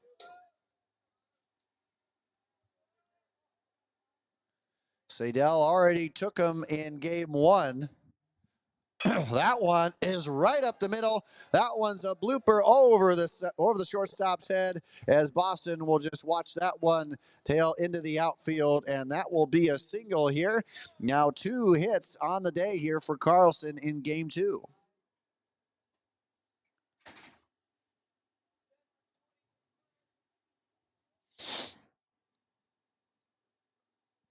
So that makes all but 1 inning here. Has the Toreadors been at least 1 runner onto the base pass?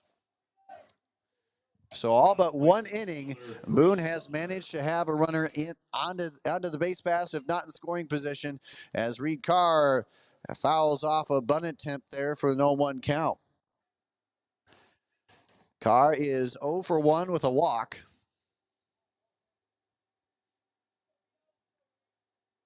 The infield now in on the corners. Shows it, lays it off, 1-1.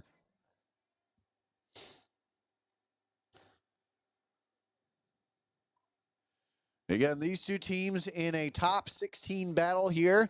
The Saydel Eagles have found their way into the top 16, largely in part due to a strong showing against West Marshall, sweeping the Trojans.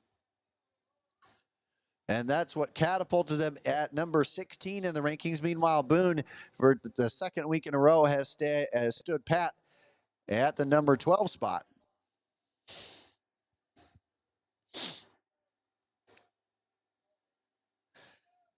Both these 2 teams came in highly thought of into the preseason mark, and now we see what they're capable of doing there, and nicely done. Pulled the string a little bit. The off speed gets him out in front, and in the end, he knew he shouldn't have done that. And that's strikeout number 2 of the game here for Herding.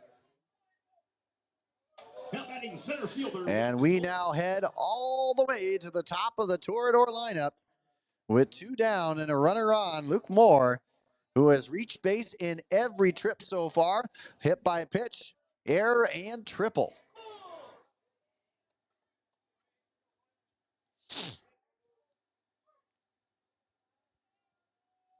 The 0-1 delivery That one too far inside, says Blue behind the dish.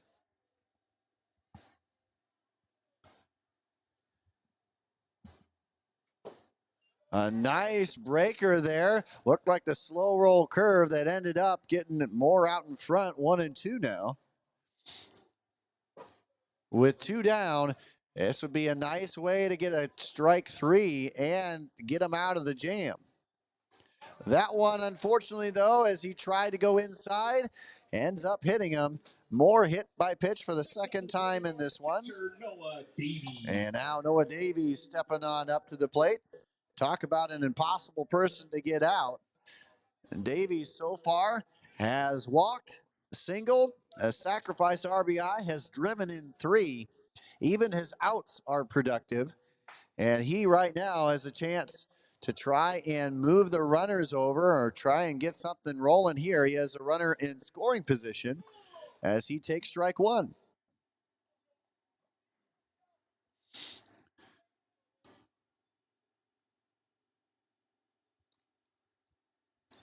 So again, thanks for the comments there. Thanks for giving our thoughts, Nathan. Yo, appreciate that, man. Look at that. I love the enthusiasm there. Thanks again for taking the time and listening to this broadcast. Appreciate it.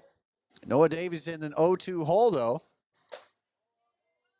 And Blake Fish behind the dish thought, man, that was strike number 3.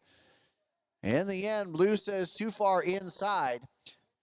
And Davies really does. He goes all the way up as far as he can in the box. And that one not late, not done enough there. Laid off of that one.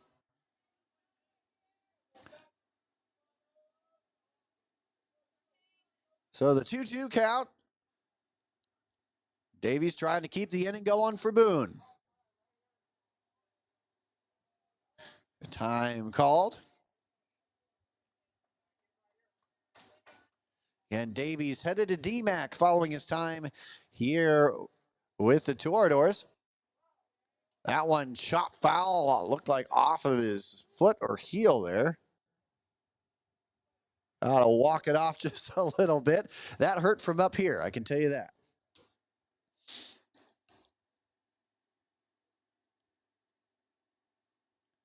So there you can see 2 runners onto the base pass here for Boone. Davies trying to add to the lead. And there you go, from a 2-strike count. A nice veteran hitter has drawn it full, 3-2. Nothing more dangerous than a guy that's confident even with 2 strikes on him. The pitch. And that one goes too far inside. Davies tried to jump away from that one, but that was a breaker that did not break. And in the end, we go from 2 down and 1 on. We now have 2 down and all 3 bases full of Toreadors. And that's the 3rd time this game that we have had such an existence. So back-to-back batters hit by pitch. And now Dylan England with a chance to add. That one, in fact, he does it. He was claimed hit by pitch, and Blue behind the plate said, yes, he was hit by pitch. Back-to-back hit by pitches, and now Boone has increased their lead 7-4 now. Right fielder Landon Youngblood.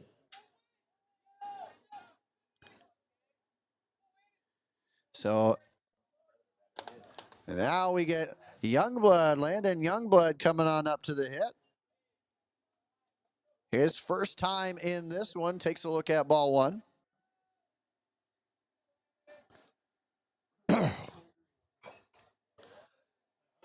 Evens up at that one, and Blake Fish goes down hard.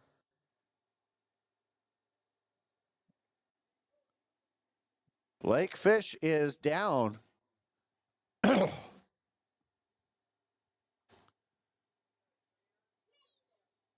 And we're getting the trainer to come out here. Not really sure where things went down there. If it was a connection on the bat, or it looked like the ball might have gotten him somewhere. But in the end, their prize backstop is on his back.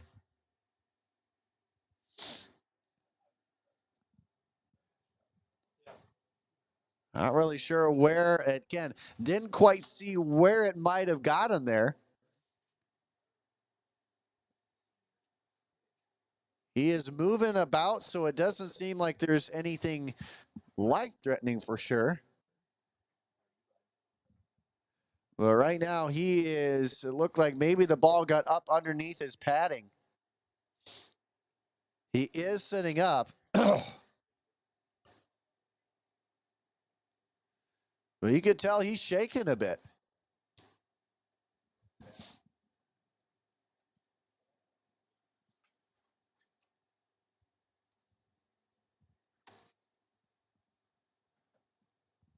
So Blake Fish now starting to get on his feet here. And a big round of applause for him.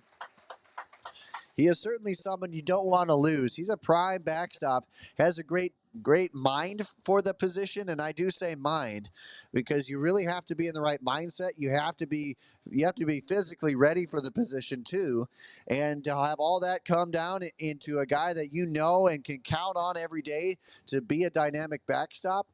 I mean, that is something that is more of a rarity these days, especially in high school baseball, than not.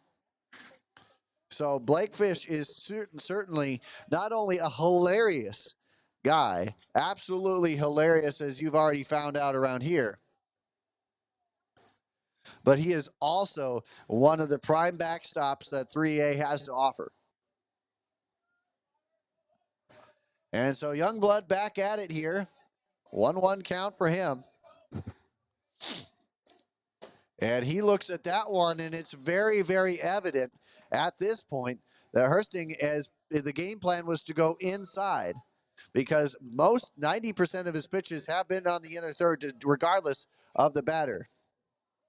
And now that one is off of, yeah, that one goes off of Fish as well.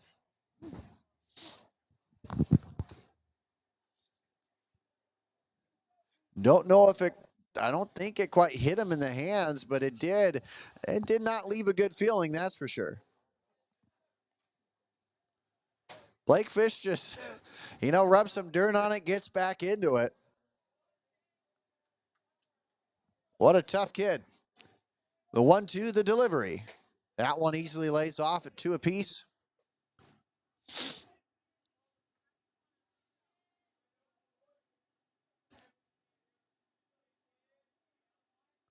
So the 2-2 tried to get him swinging for a third time on the inner half. No go there, and we bring it full once more. So Boone with 5 runs in the first 2 innings. And they are looking to potentially add yet another here, and they do actually on the full count walk. As Youngblood will officially bring in an RBI onto his mark as Cole Bauer steps on up with the bases loaded.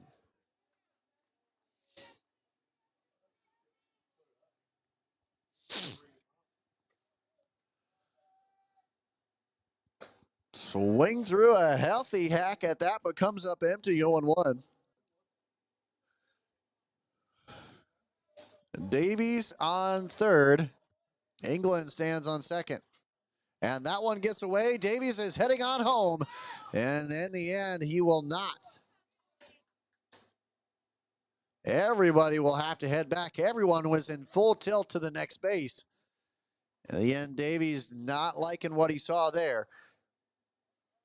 Blake Fish, again, you got to give him credit there. He ended up corralling that one enough for the speedy Davies to stand pat as we have the 1-1 count.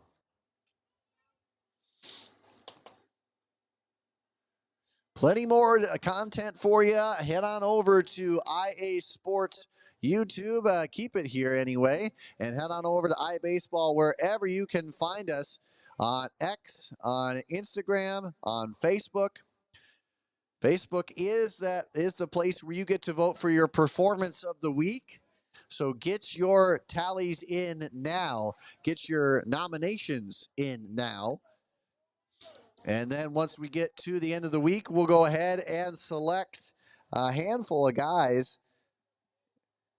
Again, we've had 10 plus each of the last 2 weeks, so plenty of chances for you to get your player in for performance of the week.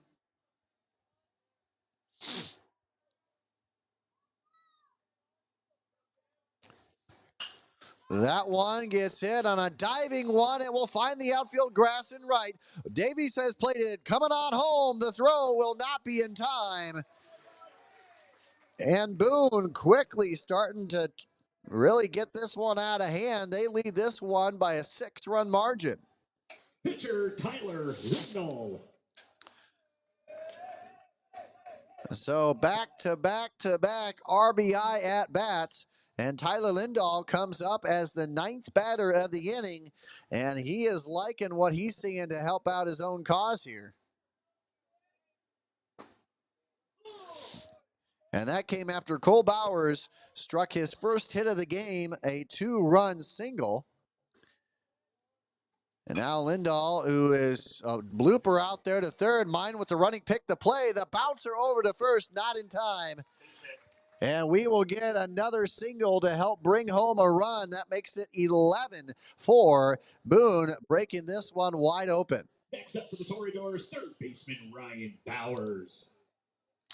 And now Ryan Bowers will get his second at bat here in the 6th inning. He struck out the first time to lead it off. But now his second trip onto the base pass here in inning number 6. 5 runs have crossed the plate already for Boone.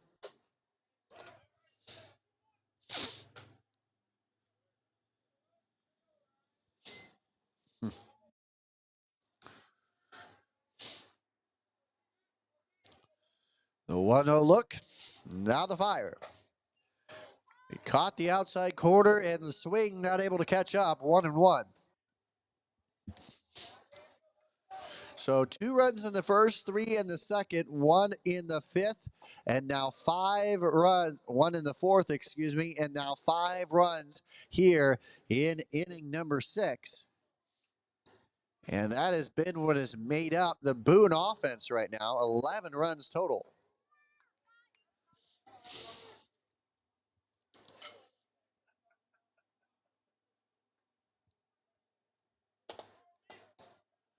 So 3-1 is our count.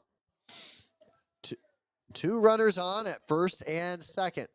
A lot of offense in this inning for Boone. A swing through a healthy, but could not come up to that one. A good swing that was destined to go deep. In the end, all for naught and a 3-2 count. Here's the full delivery. That one too far inside, and we're back to bases loaded with 2 down, which has seemingly been the case for now 4 or 5 batters here. As Bowers will officially reach as Bowers officially reaches the base pass for the first time in this one via the walk.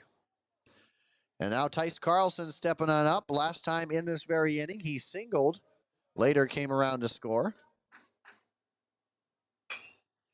That one on a blooper out there, foul territory, strike 1.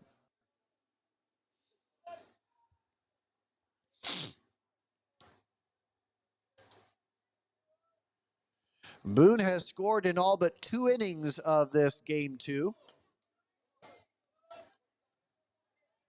And all but 1 inning has been at least 2 runs. And there you go. Strike number 3 and the out, the much needed out number 3. They score 5 runs off So 3 hits end up pushing across 5 runs. 3 batters hit by pitch in the inning. And that's how we end up rolling with a 5-run bottom half of inning number 6. So now it's time for the do or die top half of the 7th. The Eagles have a lot of ground to make up. It's 11-4, the Toreadors lead after this. RDA Financial Network is a proud sponsor of IABaseball.com. RDA supports the sport of baseball in the state of Iowa. We believe the game of baseball promotes many values such as hard work, determination, and teamwork, values that matter on and off the baseball field, and values that we demonstrate to our clients every day in our offices across the country. RDA provides financial planning and wealth management services to our clients in 6 communities in the state of Iowa. RDA Financial Network is an SEC registered investment advisory firm. RDA advisors may offer securities through United Planners Financial Services, a member of FINRA and SIPC. United Planners is not affiliated with RDA Financial Network nor iabaseball.com. Please visit rdafn.com to find an RDA advisor near you.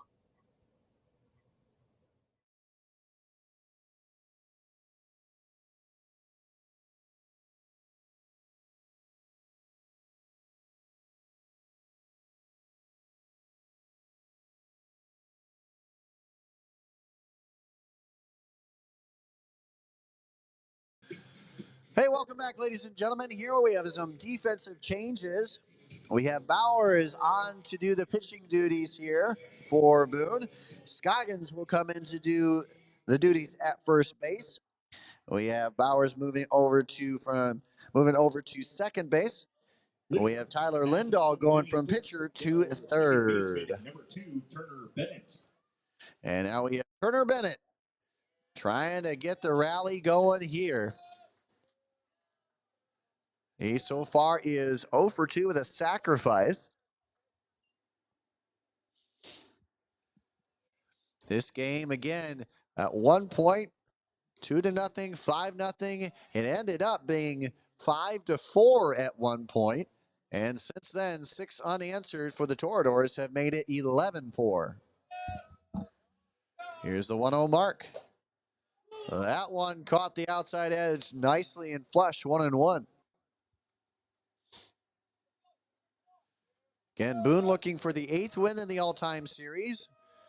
Saydel looking for a comeback to try and sweep. That one on a hard grounder out there to short. The pick from England to fire, and it gets away from the first baseman there in Scoggins. And now cut it on to second. The throw completed. What a job out there by the fence. A nice throw, and that's how you back up the play. That's what they teach you to do. And in the end, what could have been a runner in scoring position ends up nothing more than a, well, forgiven error. Now batting right fielder number 5, Ryan Van Houten. So now Van Houten getting the chance to come on up as not a pitcher-on-pitcher matchup here.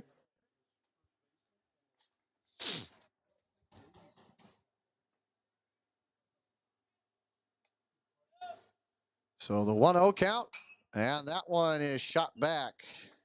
1-1. That's why you still got to stick with the play right there. In the end, you stick with it and keep though. You never know what's going to happen. And what an arm to throw that all the way from the fence and get there to second.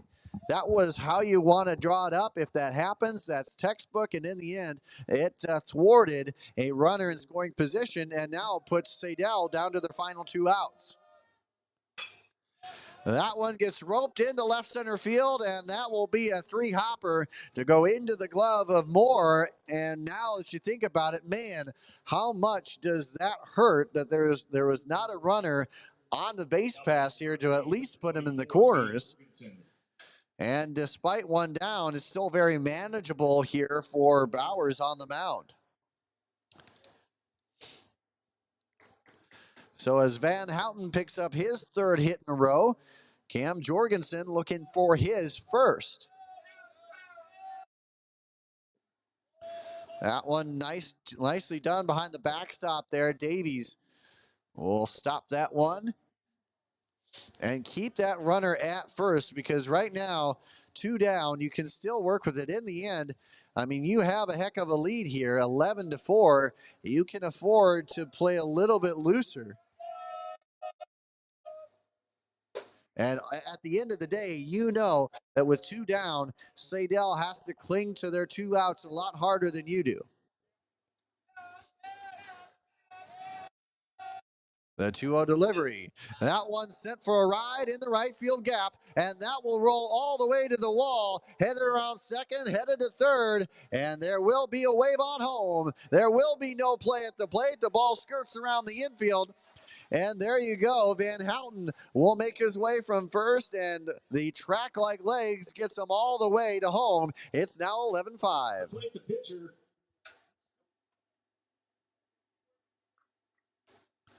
So Cam Jorgensen, we all knew that he was destined to find something here after going 2 for 4 with 3 runs driven in game 1.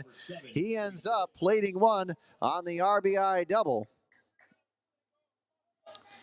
And now it's Brady Hicks stepping on up to the plate, the DH.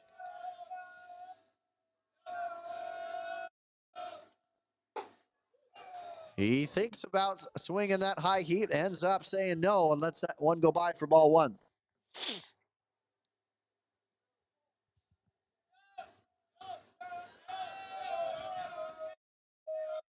That's the pitch. That one gets hit high. That one will be in the ballpark, but that will be foul ball. So Saydel's only offense so far, 4 runs in the 4th. That cut it down to a 1-run lead at the time. And then they've added 1 more here in the top half of the 7th. In the end, they still have quite the hill to climb, down 6 runs, 11-5. The look to fire the throw. That one tried to catch the lower edge and did not. It's 2-1.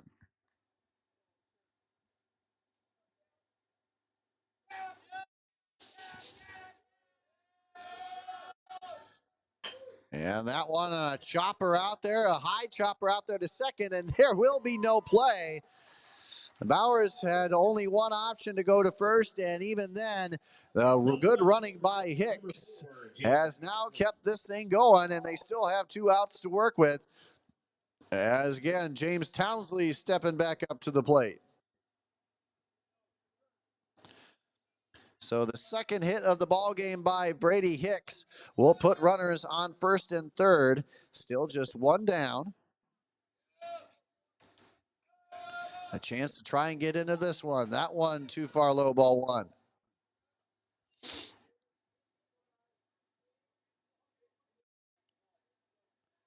So again, Saydel looking to try and mount a miracle comeback here. That one too far in for ball 2. The road ahead again, Saydel takes on a doubleheader against Roland Story on the 9th. So starting next week, and then they take on South Hamilton the next day, followed by a battle on the 12th and 13th against PCM, a series that they lead 18-7. And then it will be the Carroll tournament on the 14th. That concludes their next 4 outings here.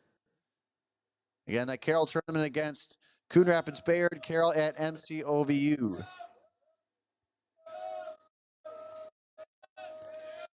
So the 2-1 delivery. That one nicely done. Backstore that one to the 2-2 count.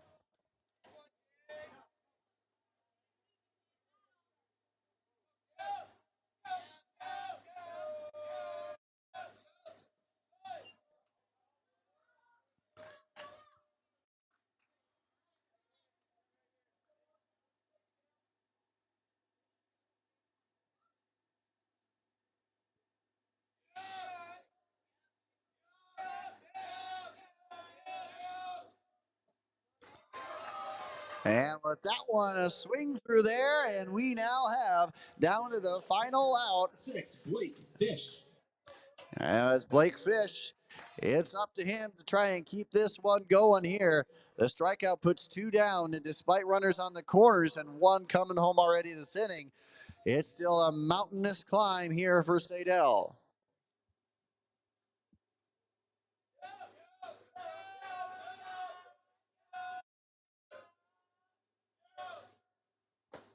That one upper edge and inside, but for the strike, 0-1.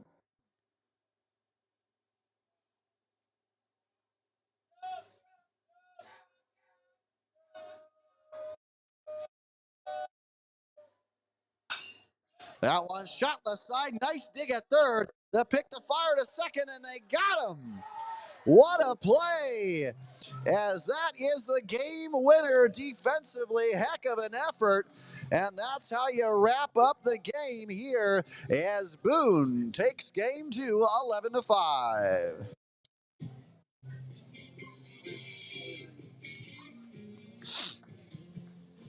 And there you go, ladies and gentlemen. It's a split here from Boone. An 11-5 win for the Toreadors as they now move from 7-2. They improved to 8-2 on the year.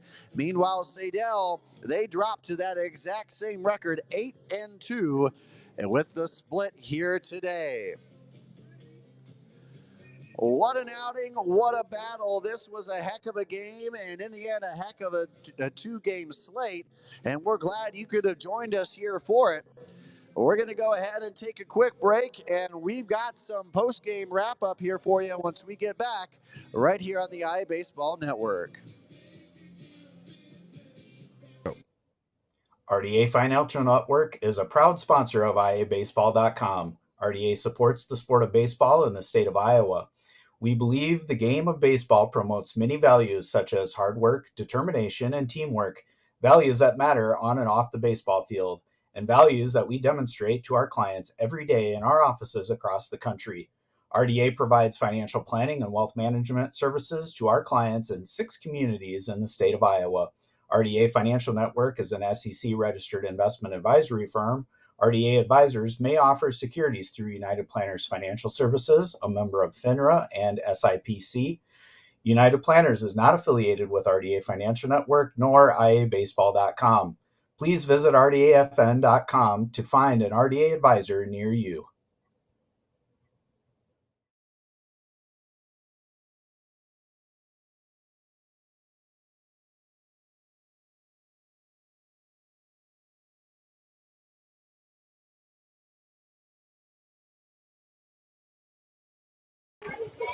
Hey, ladies and gentlemen, Andrew Brown here with IA Baseball. I'm here at the PBR Spring League, but man, there's a whole lot of good that I want to talk to you about outside of what's happening on the fields, and that includes the batting donut. That's right here. The batting donut, I would urge anybody to check out. It is a really cool way to help improve your confidence and boost your energy, boost your endurance, all by slipping this onto your bat. That's it. And hey, look at that. You got sprinkles, you got everything. It's the whole package. And by the way, they come in pink as well. They come in 9 and 16 ounce versions. So go ahead and check that out as soon as you get the chance. A great way to help boost your swing and boost the confidence of your swing as well. So again, if you get the chance, hey, check out the Batting Donut and check them out at the Batting Donut online or hit them up at sweetenyourswing.com. And while you're there, let them know that iBaseball sent you.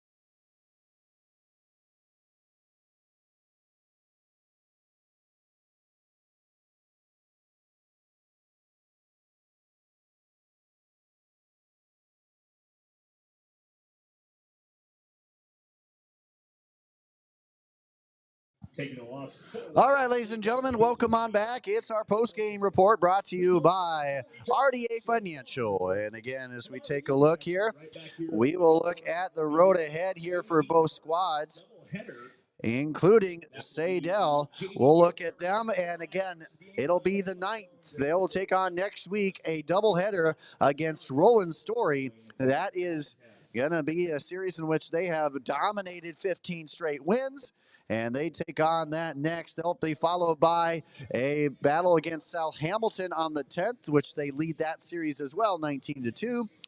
And then effectively a doubleheader against PCM as they lead that series by a mark of 18-7. Of course, then they'll take on the Carroll tournament for their 4th outing in the next slate here.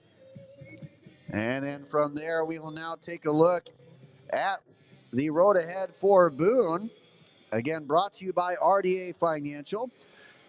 Tomorrow, they will go ahead and battle Ames in a home battle, followed by a doubleheader in conference play on the 9th next week against Carlisle. And then, of course, it will be a one battle against North Polk on the 11th before they take on yet another home game on the 12th against Bondurant Farrar. That's a series in which they hold the advantage 14 wins to 2. As we take a look at the final box score, it was Boone victorious in Game 2. 11 runs off 8 hits, 6 runners left on base. For Saydel, 5 runs off of 11 hits and 8 runners left on base. And Saydel, 4 of 11 with runners in scoring position. Boone, 5 of 11 with runners in scoring position. In the end, a far bigger mark than Game 1, in which they just went 1 for 12.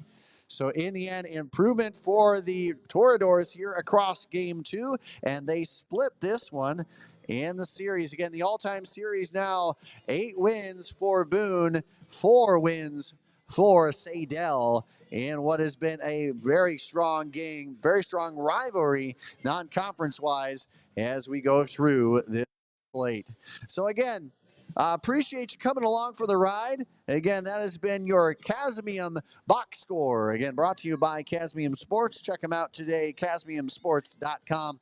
Hit them up on Twitter, anywhere you find them on social media. Give them a look. So again, Boone takes this day, Game 2, splits the doubleheader 11-5 after a 7-6 win from Saydel across Game 1. With that, ladies and gentlemen, thanks again for tuning in. I have one more announcement here, as we had Cedar Rapids Prairie sweeping Lynn Marr for an update here. Tate Tierney with a complete game no-hitter. 62 pitches is all he needed, and Prairie went 13-0 in that win. We'll make sure to post it up on our social media feeds all across for sure. So make sure to check that out. We'll also go ahead and look at some last minute scores here for you. Woodbury Central dominant over Siouxland Christian 22-2. Meanwhile, Boone's next opponent, Ames, 7-6 over Des Moines East in the early game there.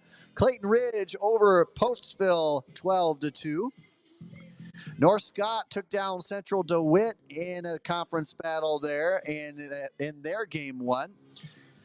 Beckman Catholic downed ranked Northeast 8-3. Meanwhile, Starmont walloped North Cedar 25-1.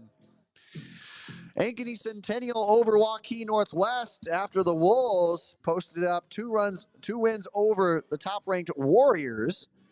They win that game 1 3-0.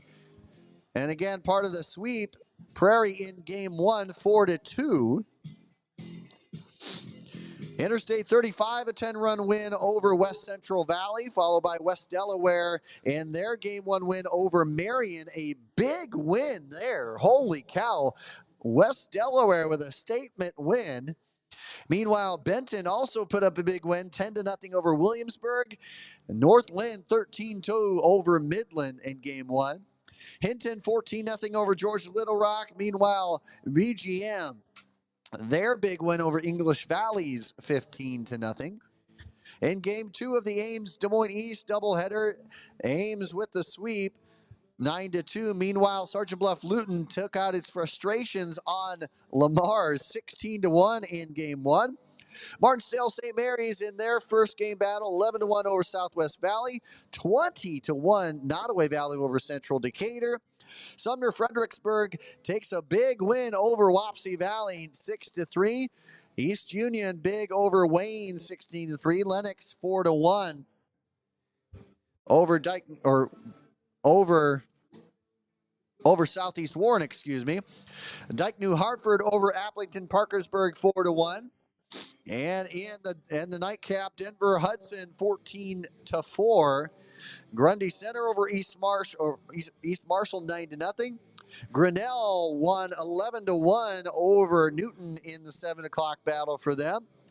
Lewis Central downed Harlan 2-1 at Iowa Western Community College. Mason City over Gilbert 11-8.